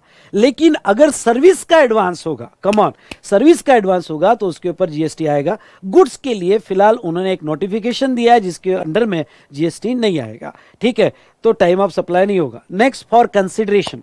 कंसिडरेशन डेफिनेशन इंपॉर्टेंट है, ये बहुत सी बार केस स्टडी में पूछी जा सकती है। कंसिडरेशन वो क्या कहते हैं, सेक्शन 231 कंसिडरेशन में दो टाइप के क्लॉजेस लिए, क्लॉज ए और clause B. Okay, clause A क्या कहता है? क्लॉज ए कहता है कि any payment made or agreed to be made in money or otherwise, यानी अगर आपको सामने वाले से मनी में मिल रहा है या अदरवाइज यानी काइंड में मिल रहा है, in respect of, in response to or inducement of supply, आपने जो गुड्स का सप्लाई किया और सर्विस का सप्लाई किया in respect of, in response to or inducement, money या अदरवाइज कंसिडरेशन मिल रहा है तो वो कंसिडरेशन माना जाएगा और जीएसटी आएगा, ठीक है। इंड्यूसमेंट मतलब क्या? तो इंड्यूसमेंट मतलब आपने जो गुड्स दिया वो दिखता फ्री है पर नहीं, उससे आपको अदर बेनिफिट चाहिए। ओके, अदर बेनिफिट चाहिए, जैसे आपने समझ लो सचिन तेंदुलकर को car gift they the, induce, but ये इंड्यूस किया कि आप हमारे एम्बेसडर बन जाओ, कार के साथ एक फोटो निकाल लो। अगर आपने इंड्यूसमेंट किया तो वो केस में ओके गुड्स दिया होगा, सर्विस दिया होगा और आपको अदर कुछ कंसिडरेशन हो गया तो वो कंसिडरेशन माने जाएंगे। दूसरा, the monetary value of act और फॉरबियरेंस। कभी कभी क्या होता है, मैंने आपको गुड्स दिया और मैंने आपको सर्विस दी और मैंने आपको ये कहा कि देखो आपको मेरे लिए कुछ करना पड़ेगा, ओके, कोई एक्ट करना पड़ेगा, कोई फॉरबियरेंस करना पड़ेगा, तो मैं आपको गुड्स और सर्विस देता हूं, तो वो भी जिसकी मोनेटरी वैल्यू भी यहां पे कंसिडरेशन मानी जाएगी। जैसे अगर आपको याद होगा तो मैंने ओके इंटीरियर डेकोरेटर एग्जाम्पल लिया था। इंटीरियर डेकोरेटर में ओके यहां पे भाई जो नेबर हमारा इंटीरियर डेकोरेशन फ्लैट का चल रहा था, भाई नेबर वाले ने ऑब्जेक्शन ले लिया कि भाई नहीं, आप नहीं कर सकते, दोपहर को नहीं कर सकते, रात को नहीं कर सकते, हमें परेशानी होती है, मेरा दिन भर इंटीरियर डेकोरेशन का काम चल रहा है, लेकिन उसने ऑब्जेक्शन ले लिया सोसाइटी में। मैंने कहा यार तू ऑब्जेक्शन मत ले, एक काम करता हूं, तुझे मैं यहाँ पे तेरे हॉल का फ्री इंटीरियर करके देता हूं। तो ऐसे केस में दिख तो रहा है ये फ्री, पर रियल सेंस में फ्री नहीं है। वो मैंने जो उसके हॉल का इंटीरियर करके दिया, ओके, उसमें एक्ट या फॉरबिडेंस है, वो कुछ मुझे देने वाला है, तो उसे वो एक्ट और फॉरबिडेंस जो है यहां पे वो भी कंसिडरेशन माना जाएगा। नेक्स्ट इंपॉर्टेंट पॉइंट, जैसे बिल्डर होते हैं, बिल्डर स्लम एरिया जो होते हैं वो रिहेबिलिट करके देते हैं, मतलब यहाँ पे स्लम एरिया उनको नई बिल्डिंग मान के देते हैं। वो कहते हैं कि आप ये छोड़ दो, जगह छोड़ दो, ओके, हम आपको दूसरी जगह आपको घर देके, तो दूसरी जगह जो घर बांध के देगी वो फ्री नहीं होता है, ओके, उसके अगेंस्ट में कुछ एक्ट या फॉरबिडेंस उनको मिलता है, उन्होंने अपने ओरिजिनल जगह के राइट्स यहाँ पे छोड़े हैं। तो ऐसे सिचुएशन में एक्ट और फॉरबिडेंस होगा तो वो भी कंसिडरेशन माना जाएगा। ओके, उसके बाद में दो एक्टिविटी कंसिडरेशन में नहीं आएगी, subsidy given by the central और state government, come on, subsidy given by the central और स्टेट गवर्नमेंट, और अगर आपको डिपॉजिट्स मिले होंगे, ओके, तो वो कंसिडरेशन में नहीं आएगा जब तक डिपॉजिट एडजस्ट नहीं होते हैं। ओके, तो आपको अब देखो कंसिडरेशन में अगर कंसिडरेशन मनी और अदरवाइज है तो फिर ठीक है, एक्ट और फॉरबिडेंस है तो ठीक है, पर दो एक्टिविटी कंसिडरेशन में नहीं आएगी, सब्सिडी और डिपॉजिट, जब तक वो एडजस्ट नहीं होता है। देखो दोस्तों, बेसिकली देखा जाए तो अगर आपकी फ्री सप्लाई है तो जीएसटी नहीं आता है एक्सेप्ट 4 केसेस। फ्री सप्लाई होगा तो जीएसटी नहीं आता है एक्सेप्ट 4 केसेस। Done, clear? चलो, क्लियर है बेटा यहां पे? अब देखो, फ्री सप्लाई यानी क्या? फ्री मतलब ये चारों एक्टिविटी नहीं है, ना मनी है, ना अदरवाइज है, ना एक्ट है, ना फॉरबिडेंस है। अगर ये चारों नहीं है मतलब वो फ्री है, फिर जीएसटी नहीं आएगा, ठीक है? चलो, अब इन द कोर्स ऑफ बिजनेस की डेफिनेशन हम ऑलरेडी देख चुके हैं। मतलब आप जो भी एक्टिविटी कर रहे हो वो बिजनेस की 9 एक्टिविटीज में आती होगी, जो 9 एक्टिविटीज मैंने यहां डिफाइन किया है। ओके, अगर बिजनेस की 9 एक्टिविटीज आती होगी, इन द कोर्स ऑफ बिजनेस होगा तो जीएसटी आएगा, अदरवाइज जीएसटी नहीं आएगा। यहां पे 2 एग्जांपल लेना चाहूंगा।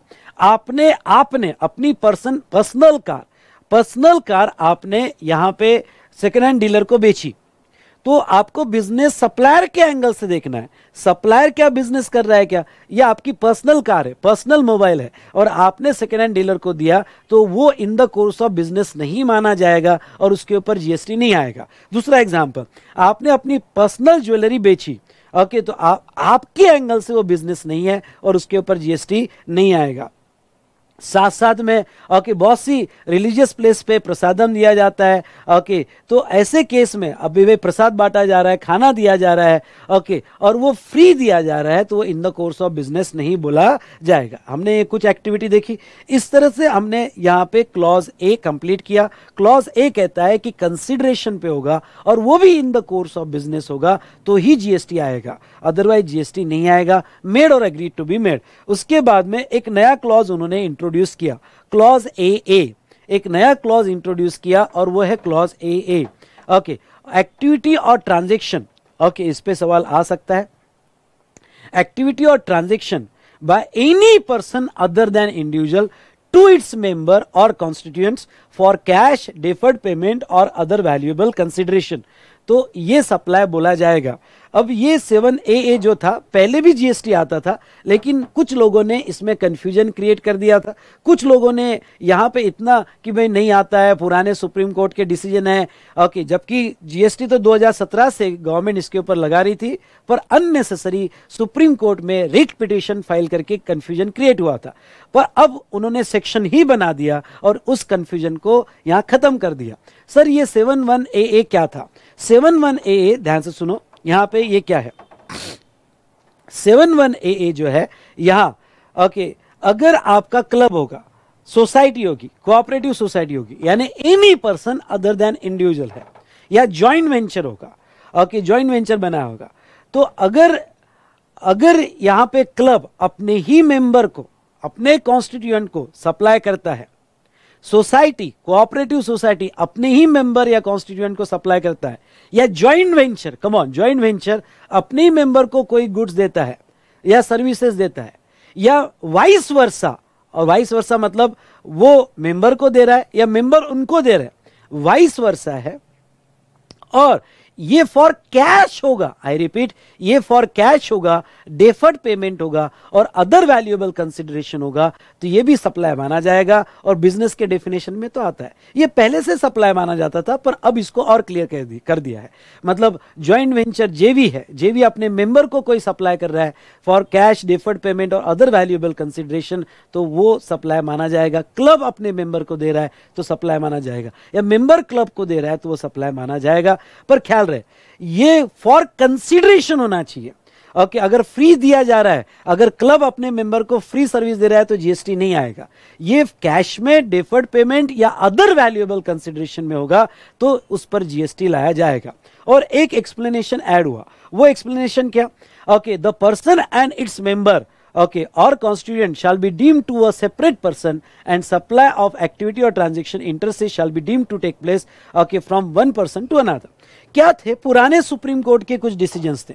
पुराने सुप्रीम कोर्ट के डिसीजंस ये थे, ध्यान से सुनिएगा, पुराने सुप्रीम कोर्ट के डिसीजंस ये थे यहां पे कि भाई मेंबर और क्लब या जॉइंट वेंचर और उसके मेंबर ये म्यूचुअली इंक्लूसिव है, एक्सक्लूसिव नहीं है, इसलिए अलग नहीं माने जाएंगे। पुराने सुप्रीम कोर्ट के डिसीजन थे, लेकिन जीएसटी ने वो खारिज कर दिए और यहां एक्सप्लेनेशन डाला गया कि नहीं, वो पुराने सुप्रीम कोर्ट ने कुछ भी बोला होगा, अब पर्सन और उसके मेंबर ये अलग माने जाएंगे, पर्सन और उसके मेंबर ये अलग माने जाएंगे और उनमें कोई ट्रांजैक्शन होता है फॉर कंसिडरेशन तो उस पर जीएसटी लगाया जाएगा।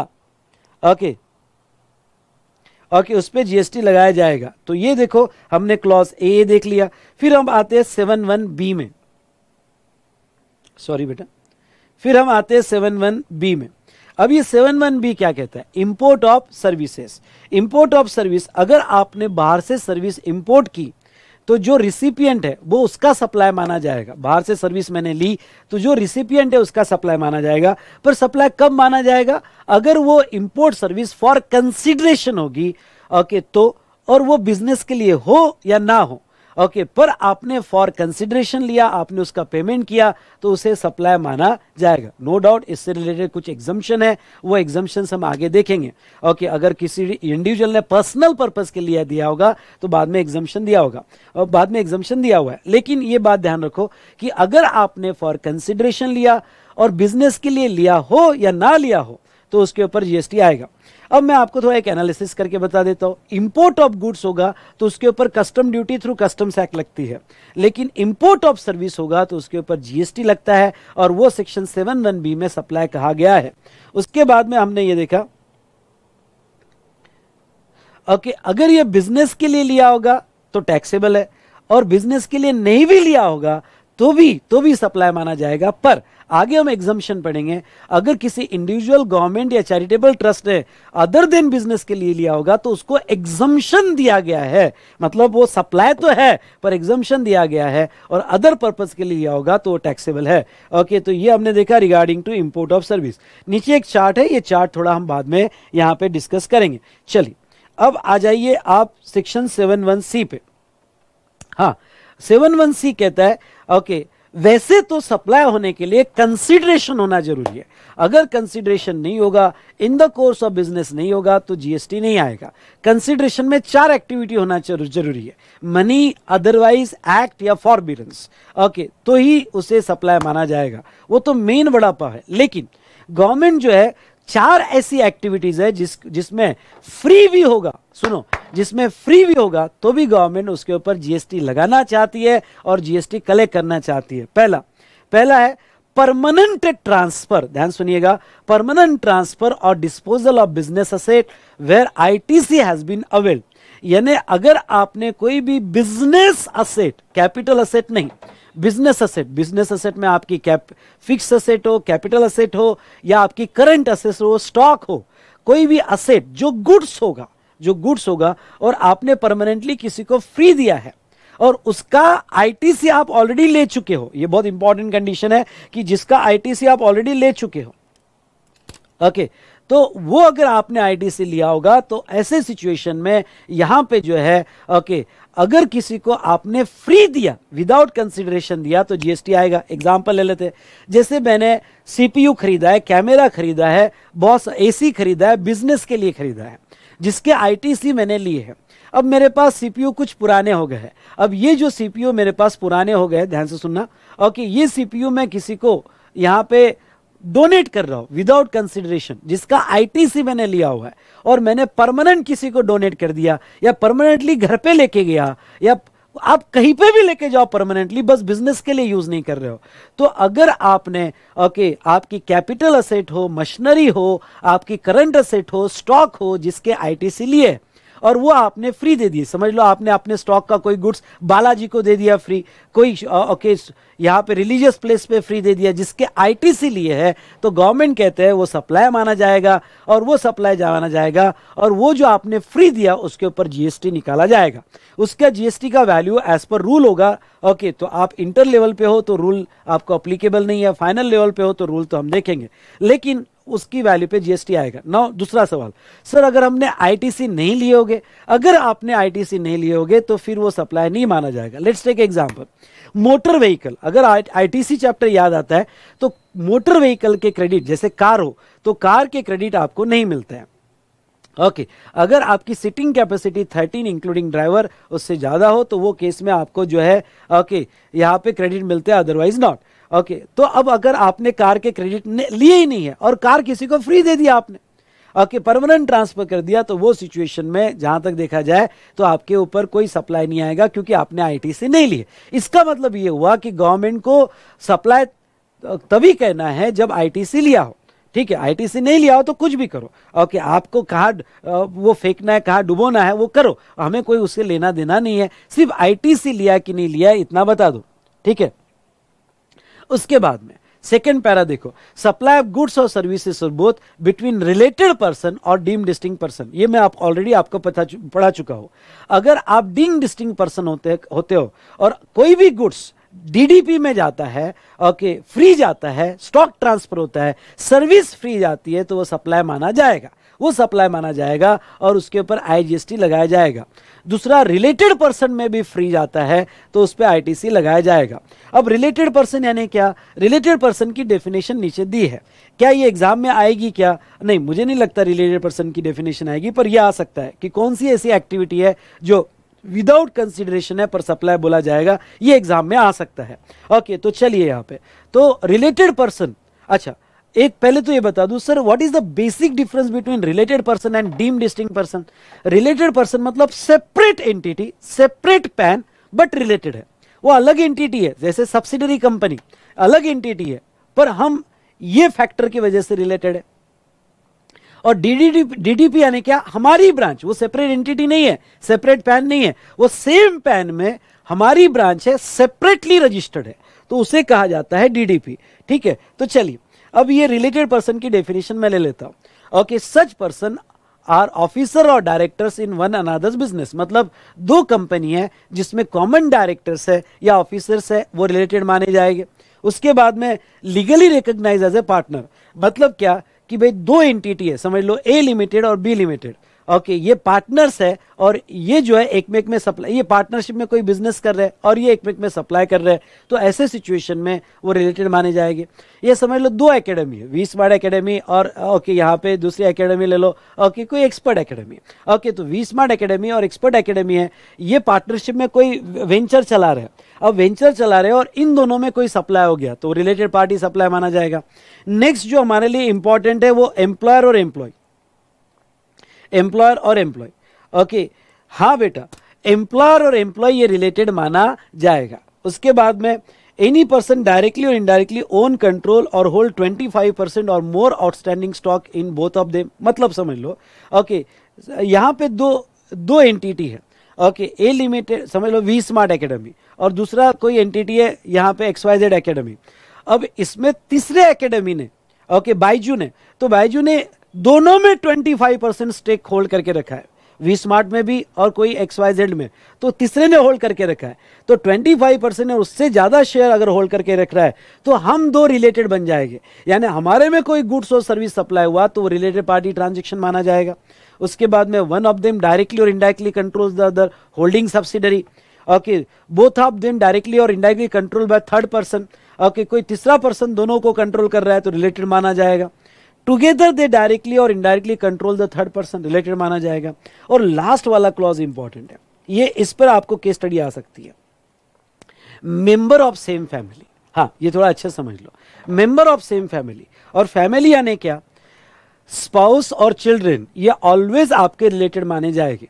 स्पाउस और चिल्ड्रन ये आपके रिलेटेड माने जाएंगे, फैमिली मेंबर माना जाएगा। लेकिन पेरेंट्स होगे, ग्रैंड पेरेंट्स होगे, ब्रदर होगा, सिस्टर होगा, और वो डिपेंडेंट होगे तो ही रिलेटेड, वो डिपेंडेंट होगे तो ही रिलेटेड, अगर वो डिपेंडेंट नहीं होगे तो रिलेटेड नहीं माने जाएंगे। एक बार फिर से, parent, grand parent, sorry, spouse, children, dependent हो या ना हो, always related.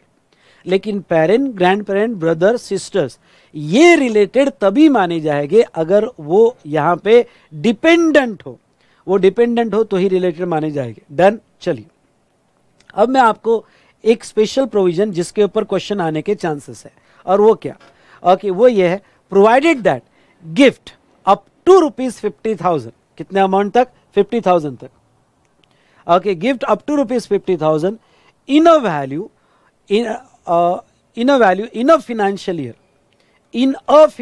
year by an employer to employee shall not be treated as supply। अब ये कॉन्सेप्ट को समझ लो, क्या हुआ, रिलेटेड के डेफिनेशन में एम्प्लॉयर एम्प्लॉय सप्लाई माना गया, सॉरी रिलेटेड माना गया, एम्प्लॉयर एम्प्लॉय।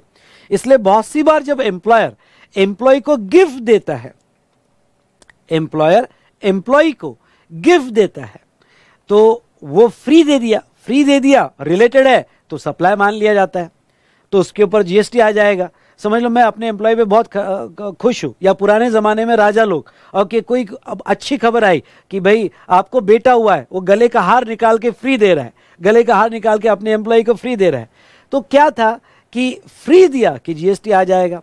लेकिन ओके, गवर्नमेंट ने आपको एक रियायत दी है, अगर ये फ्री का वैल्यू अप टू 50,000 है, एम्प्लॉयर एम्प्लॉय में फ्री का वैल्यू अप टू 50,000 है और पूरे साल का मिला के 50,000 है, तो वो सिचुएशन में 50,000 तक पूरे साल भर में आपने पर एम्प्लॉय 50,000 तक फ्री गिफ्ट दिया होगा तो उसके ऊपर जीएसटी नहीं आएगा। लेकिन अगर आपकी वैल्यू 50 नहीं होगी, 80,000 बनती है पर एम्प्लॉय, अगर वैल्यू 50,000 से ज्यादा हो गई तो टोटल वैल्यू पे एम्प्लॉयर को जीएसटी देना पड़ेगा, क्यों ना उसने वो गिफ्ट फ्री दिया होगा, टोटल वैल्यू पे जीएसटी देना पड़ेगा। इसके ऊपर केस स्टडी आएगी आपको, ठीक है। अब ख्याल रहे, कैश में दिया तो उस पे जीएसटी नहीं, गिफ्ट बोला है, आप कैश में दो आपको तो उसके, कैश मतलब मनी हो गया, मनी पे जीएसटी नहीं आता है। लेकिन अगर आपने काइंड पे दिया तो उसके ऊपर जीएसटी आ जाएगा दोस्तों। चलिए ये हमारा हुआ रिगार्डिंग टू यहां पे second para. Third para, supply of goods by principal to agent. अब देखो आपका कंसाइनमेंट एजेंट है और प्रिंसिपल ने अपने एजेंट को स्टॉक ट्रांसफर किया, जो एजेंट आगे प्रिंसिपल के बिहाफ पे भेज रहा है, तो प्रिंसिपल ने एजेंट को जो स्टॉक ट्रांसफर किया है, क्या वो स्टॉक ट्रांसफर पे जीएसटी आएगा क्या, क्योंकि ये भी तो फ्री दिया है विदाउट कंसिडरेशन। तो यहां पे एक सर्कुलर कहता है, अगर एजेंट अपना ओन इनवॉइस बनाता है आगे, यानी जब एजेंट आगे बेचेगा और वो अपना ओन इनवॉइस बनाएगा तो ये स्टॉक ट्रांसफर सप्लाई माना जाएगा और इसके ऊपर जीएसटी आएगा, क्यों ना ये विदाउट कंसिडरेशन है लेकिन सप्लाई माना जाएगा। तो प्रिंसिपल टू एजेंट का स्टॉक ट्रांसफर सप्लाई माना जाएगा, ये नहीं माना जाएगा, ये किसके ऊपर डिपेंड है, आगे जो एजेंट कंसाइनमेंट एजेंट है आगे बेचते वक्त इनवॉइस कैसा बना रहा है, अगर वो अपना खुद का इनवॉइस बना रहा है तो फिर ये सप्लाई माना जाएगा और जीएसटी आएगा। अगर वो आगे खुद का इनवॉइस नहीं बना रहा है, मतलब वो प्रिंसिपल का ही इनवॉइस बना रहा है, तो फिर ये स्टॉक ट्रांसफर पे जीएसटी नहीं आएगा। ओके, फिर वो ये इस पे स्टॉक ट्रांसफर पे जीएसटी नहीं आएगा। डन बेटा। चलिए ओके, उसके बाद में by an agent to his principal by an agent to his principal where agent undertake to receive such goods on the behalf of principal। अगर एजेंट, बहुत से बार बाइंग एजेंट्स होते हैं जो प्रिंसिपल के बिहाफ पे खरीदते हैं और एजेंट खरीद के प्रिंसिपल को देते हैं, बाइंग एजेंट होते हैं, एजेंट खरीद के प्रिंसिपल को देते हैं। ये भी स्टॉक ट्रांसफर जो है, अगर एजेंट खुद का इनवॉइस बना रहा है तो ही जीएसटी आएगा। तो प्रिंसिपल और एजेंट के केस में ओके स्टॉक ट्रांसफर होता है तो जीएसटी कब आएगा, depends on how agent issuing the invoice. अगर एजेंट खुद का इनवॉइस बनाता है तो स्टॉक ट्रांसफर पे जीएसटी है। अगर एजेंट खुद का इनवॉइस नहीं बनाता है, इनवॉइस डायरेक्ट प्रिंसिपल के नाम पे है, तो वो केस में सप्लाई नहीं बोला जाएगा। डन। और उसके बाद में नेक्स्ट बेटा, import of service without consideration. ये अगेन इंपोर्ट ऑफ सर्विस है और विदाउट कंसिडरेशन है। चलो पढ़ लेते हैं। अगर आपने सर्विस इंपोर्ट की, import of service by any person from related person outside India. अगर आपने सर्विस इंपोर्ट की रिलेटेड पर्सन से या ओन एस्टेब्लिशमेंट से और बिजनेस के लिए इंपोर्ट किया, तो वो फिर इवन दो फ्री आई होगी, ओके वो सप्लाई माना जाएगा। अब ध्यान से सुनो, ये इंपोर्ट ऑफ सर्विस और ये इंपोर्ट ऑफ सर्विस दोनों में क्या डिफरेंस है। ये इंपोर्ट ऑफ सर्विस और ये इंपोर्ट ऑफ सर्विस। अब देखो, अगर आपने सर्विस इंपोर्ट की होगी, किसी से भी की होगी, वो रिलेटेड हो नॉन रिलेटेड हो, किसी से भी किया होगा, अगर उसमें कंसिडरेशन है, अगर उसमें कंसिडरेशन है तो जीएसटी आ गया, फिर वो बिजनेस के लिए हो या ना हो। एक बार फिर से, आपने सर्विस किसी से भी इंपोर्ट की होगी और वो फॉर कंसिडरेशन होगा तो जीएसटी आ जाएगा, वो सप्लाई मान लिया जाएगा, ओके, और वो बिजनेस के लिए हो या ना हो। अब आपका सवाल होगा कि सर अगर मैंने सर्विस इंपोर्ट की, अगर मैंने सर्विस इंपोर्ट की और उसमें कंसिडरेशन नहीं है, फ्री आया है, अगर सर्विस आपने फ्री ली होगी तो फ्री इंपोर्ट सर्विस पे वैसे तो सप्लाई नहीं, नो जीएसटी। लेकिन अगर आपने वो रिलेटेड से लिया होगा या अपने ओन एस्टेब्लिशमेंट, अपनी डीडीपी से सर्विस ली होगी और बिजनेस के लिए ली होगी, तीनों कंडीशन बिजनेस के लिए ली होगी, तो ऐसे सिचुएशन में यहां पे ओके जीएसटी आएगा। Let's take example. भाई यूएस में आर्किटेक्ट है और वो आर्किटेक्ट से मैं अपना इंडिया में ऑफिस डिजाइन करने का सर्विस ले रहा हूं, जिसके मैं फीस दे रहा हूं। तो मैंने सर्विस आर्किटेक्ट सर्विस इंपोर्ट की, फीस दे रहा हूं मतलब कंसिडरेशन पे है। अब मैं बिजनेस के लिए ले रहा हूं तो जीएसटी ओके सप्लाई माना जाएगा और मुझे रिवर्स चार्ज में जीएसटी आएगा। चलो अगर यूएस में आर्किटेक्ट है और मैंने अपने पर्सनल बंगलों के लिए लिया होगा, पर्सनल बंगलों के लिए लिया जिसका फीस दिया है, तो मैंने सर्विस इंपोर्ट की, कंसिडरेशन है, और मैं बिजनेस के लिए ना भी लूं तो भी सप्लाई बोला जाएगा। लेकिन उसको फिलहाल एग्जम्पशन है। अगर आप इंडिविजुअल पर्सनल पर्पस के लिए लेते हो तो फिलहाल उसको एग्जम्पशन है, लेकिन वो सप्लाई तो बोला जाएगा। ठीक है, तो आप एग्जाम में ऐसा लिख सकते हो कि अगर किसी ने सर्विस इंपोर्ट की फॉर कंसिडरेशन पर्सनल पर्पस के लिए और वो इंडिविजुअल होगा, it's a supply but exempted, it's a supply but exempted. Now next, मैंने मेरा ब्रदर आर्किटेक्ट है यूएस में और ब्रदर से सर्विस ली, ध्यान सुनना, ब्रदर से सर्विस इंपोर्ट की मैंने आर्किटेक्ट सर्विस, और वो आर्किटेक्ट सर्विस ब्रदर जो डिपेंडेंट है, मेरे पे डिपेंडेंट है ब्रदर, तो मतलब डिपेंडेंट है मतलब रिलेटेड हो गया। ओके, वो अभी सीख रहा है, पैसा मैं भेज रहा हूं, डिपेंडेंट है, पर उससे मैंने सर्विस ली और वो सर्विस जो मैंने ली आर्किटेक्ट सर्विस, ओके, मैंने फ्री लिया है। तो सबसे पहले फ्री लिया है, रिलेटेड से लिया है, और मैंने अगर अपने बिजनेस के लिए लिया होगा, बिजनेस के लिए लिया होगा तो मुझे जीएसटी देना पड़ेगा। हाँ, अगर मैंने पर्सनल पर्पस के लिए लिया होगा तो जीएसटी नहीं देना पड़ेगा। In short, okay, import service में फ्री लिया है तो जीएसटी तभी आएगा अगर आपने रिलेटेड से लिया हो या आपके ओन एस्टेब्लिशमेंट से लिया हो और बिजनेस के लिए लिया हो। तो बेटा मैंने एक चार्ट बनाया, इंपोर्ट ऑफ सर्विस, कंसिडरेशन होगा तो बिजनेस के लिए हो या ना हो। कंसिडरेशन है ना, सप्लाई है, ओके, सप्लाई 7(1) है में। हाँ, कंसिडरेशन नहीं है और रिलेटेड से लिया है या हमारे डिस्टिंक्ट पर्सन से लिया है और बिजनेस के लिए लिया हो तो ही सप्लाई। अगर वो फ्री सर्विस है और रिलेटेड से नहीं लिया हो तो उस पर जीएसटी नहीं आएगा। इस तरह से हमने यहां पे ये बेटा कंप्लीट किया 7-1C। ओके, तो ये पहला चार्ट कंप्लीट किया, मेन इंपॉर्टेंट डिस्कशन हमने यहां पे कंप्लीट किया है। चलो बेटा, आगे का डिस्कशन हम कल कंटिन्यू करेंगे, कुछ इंपॉर्टेंट क्वेश्चंस भी देखेंगे। मैं आपका पूरा रिवीजन का सिलेबस कवर करूंगा, डोंट वरी फॉर दैट। मैं बैठा हूं यहां पे, मैं पूरा सब कुछ कवर करूंगा, ठीक है। आई होप आपने ये रिवीजन एंजॉय किया होगा, और अगर आपको अच्छा लगता है तो यस बेटा, ओके। आप मुझे कैसे पता चलेगा आपको रिवीजन अच्छा लगा? तो एक ही हमारा तरीका है, आप लाइक जरूर कीजिएगा। जितने भी स्टूडेंट ऑफलाइन भी देखेंगे तो आप लाइक जरूर कीजिएगा। नेक्स्ट मैं आपको इंपॉर्टेंट बात बता देता हूं कि जो भी स्टूडेंट यहाँ प्रेस्टीज में है, तो यहाँ ओके, कल भी मेरा लाइव वर्चुअल स्टूडियो में ही होगा, तो आप प्रेस्टीज में आकर भी देख सकते हो, या आप मुझे मोबाइल पे भी देख सकते हो। दूसरा, कल भी हमारा सेशन रहेगा, संडे होगा तो भी हमारा सेशन रहेगा। अब तो हमें सिर्फ पढ़ना है, 7:30 को हमारा सेशन स्टार्ट होगा, कल भी हमारा सेशन रहेगा, ठीक है। कल हम पूरा ये सप्लाई टॉपिक खत्म करेंगे, और साथ साथ में इसके कुछ क्वेश्चंस देखेंगे। अगर हो सके टाइम मिला तो हम आरसीएम भी देखेंगे। नेक्स्ट, ओके, आपके लॉगिन में मैंने पीडीएफ और गूगल ड्राइव लिंक तो अपलोड कर दी है। मैं एक बार चेक करता हूँ कि वो क्यों नहीं दिख रही है। ओके, यहाँ पे पर लॉगिन में मैंने अपलोड तो किया हुआ है, ठीक है। एक बार चेक करता हूँ, नहीं तो मैं अभी इमीडिएटली उसको अपलोड कर देता हूँ। कुछ स्टूडेंट्स ये पूछ रहे हैं फाइनल का रिवीजन कब आएगा, तो उससे रिलेटेड आज मैं अनाउंसमेंट दूंगा कि फाइनल का रिवीजन हमारा कैसा होगा, और उससे रिलेटेड कंप्लीट अनाउंसमेंट आज दोपहर तक आ जाएगी।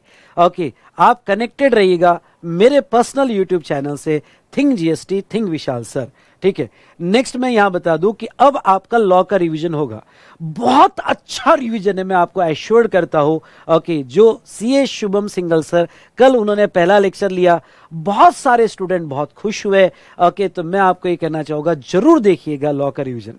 और एक बहुत अच्छी बात, आज अकाउंट का रिवीजन स्टार्ट होने वाला है, सीए जय चावला सर का। बॉस, आज का पहला लेक्चर करके देखना, आप समझ जाओगे कि भाई अकाउंट को कैसे रिवाइज किया जा सकता है और कितना अच्छे से स्कोर किया जा सकता है। तो वो यहाँ पे अकाउंट का रिवीजन होगा, और यहाँ पे अप्रोक्सीमेटली मेरे ख्याल से 11:15 का टाइम है, आपने चेक कर लेना। ओके, तो वो भी वी स्मार्ट एकेडमी के चैनल पे रहेगा, मिस मत करना। ओके, आपका वो भी रिवीजन कंटिन्यू होगा। नाउ नेक्स्ट बेटा, मैं आपको एक बात कह दूं यहाँ पे कि जो डीटी का रिवीजन करना चाहते हैं, तो डीटी का रिवीजन बहुत अच्छा रिवीजन किया है भंवर बोराना सर ने। इस वीडियो के डिस्क्रिप्शन में मैंने उनका प्लेलिस्ट दिया है रिवीजन का। ओके, उनका ऑलरेडी एग्जिस्टिंग रिकॉर्डेड सेशन है, क्योंकि आपको वही फाइनेंस एक्ट अप्लीकेबल है नवंबर एग्जाम के लिए। उन्होंने बहुत अच्छा रिवीजन किया है, तो वो प्लेलिस्ट आप देख सकते हो। ओके, अगर आपको डीटी का भी रिवीजन करना है, ठीक है। मैं आपको कह दूं कि यहाँ पे फाइनल में ओके, इंडिया में आज सबसे टॉप फैकल्टी जो है वो भंवर बोराना सर है।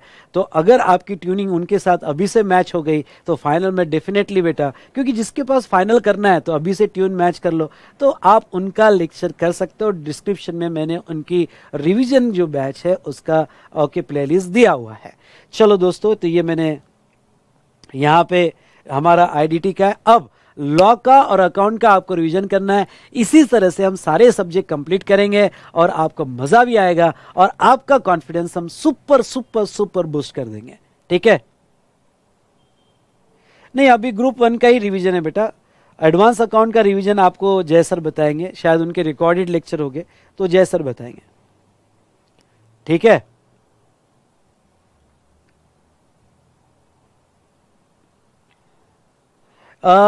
विजय सर का रिवीजन मैं आपको ये कहूँगा कि एक बार आप उनसे कोऑर्डिनेट कीजिएगा, क्योंकि मेरे पास उनका शेड्यूल नहीं आया है, तो आप प्लीज़ उनसे कोऑर्डिनेट कीजिएगा। शायद हो भी सकता है, एक बार बात कर लीजिएगा।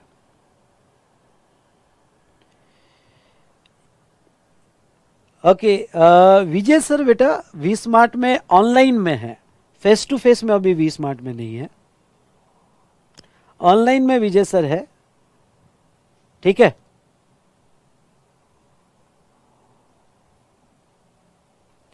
चलो, तो यहां सेशन खत्म करते हैं। लॉ का सेशन इसके बाद कंटिन्यू होगा। 10 मिनट का ब्रेक ले लीजिएगा।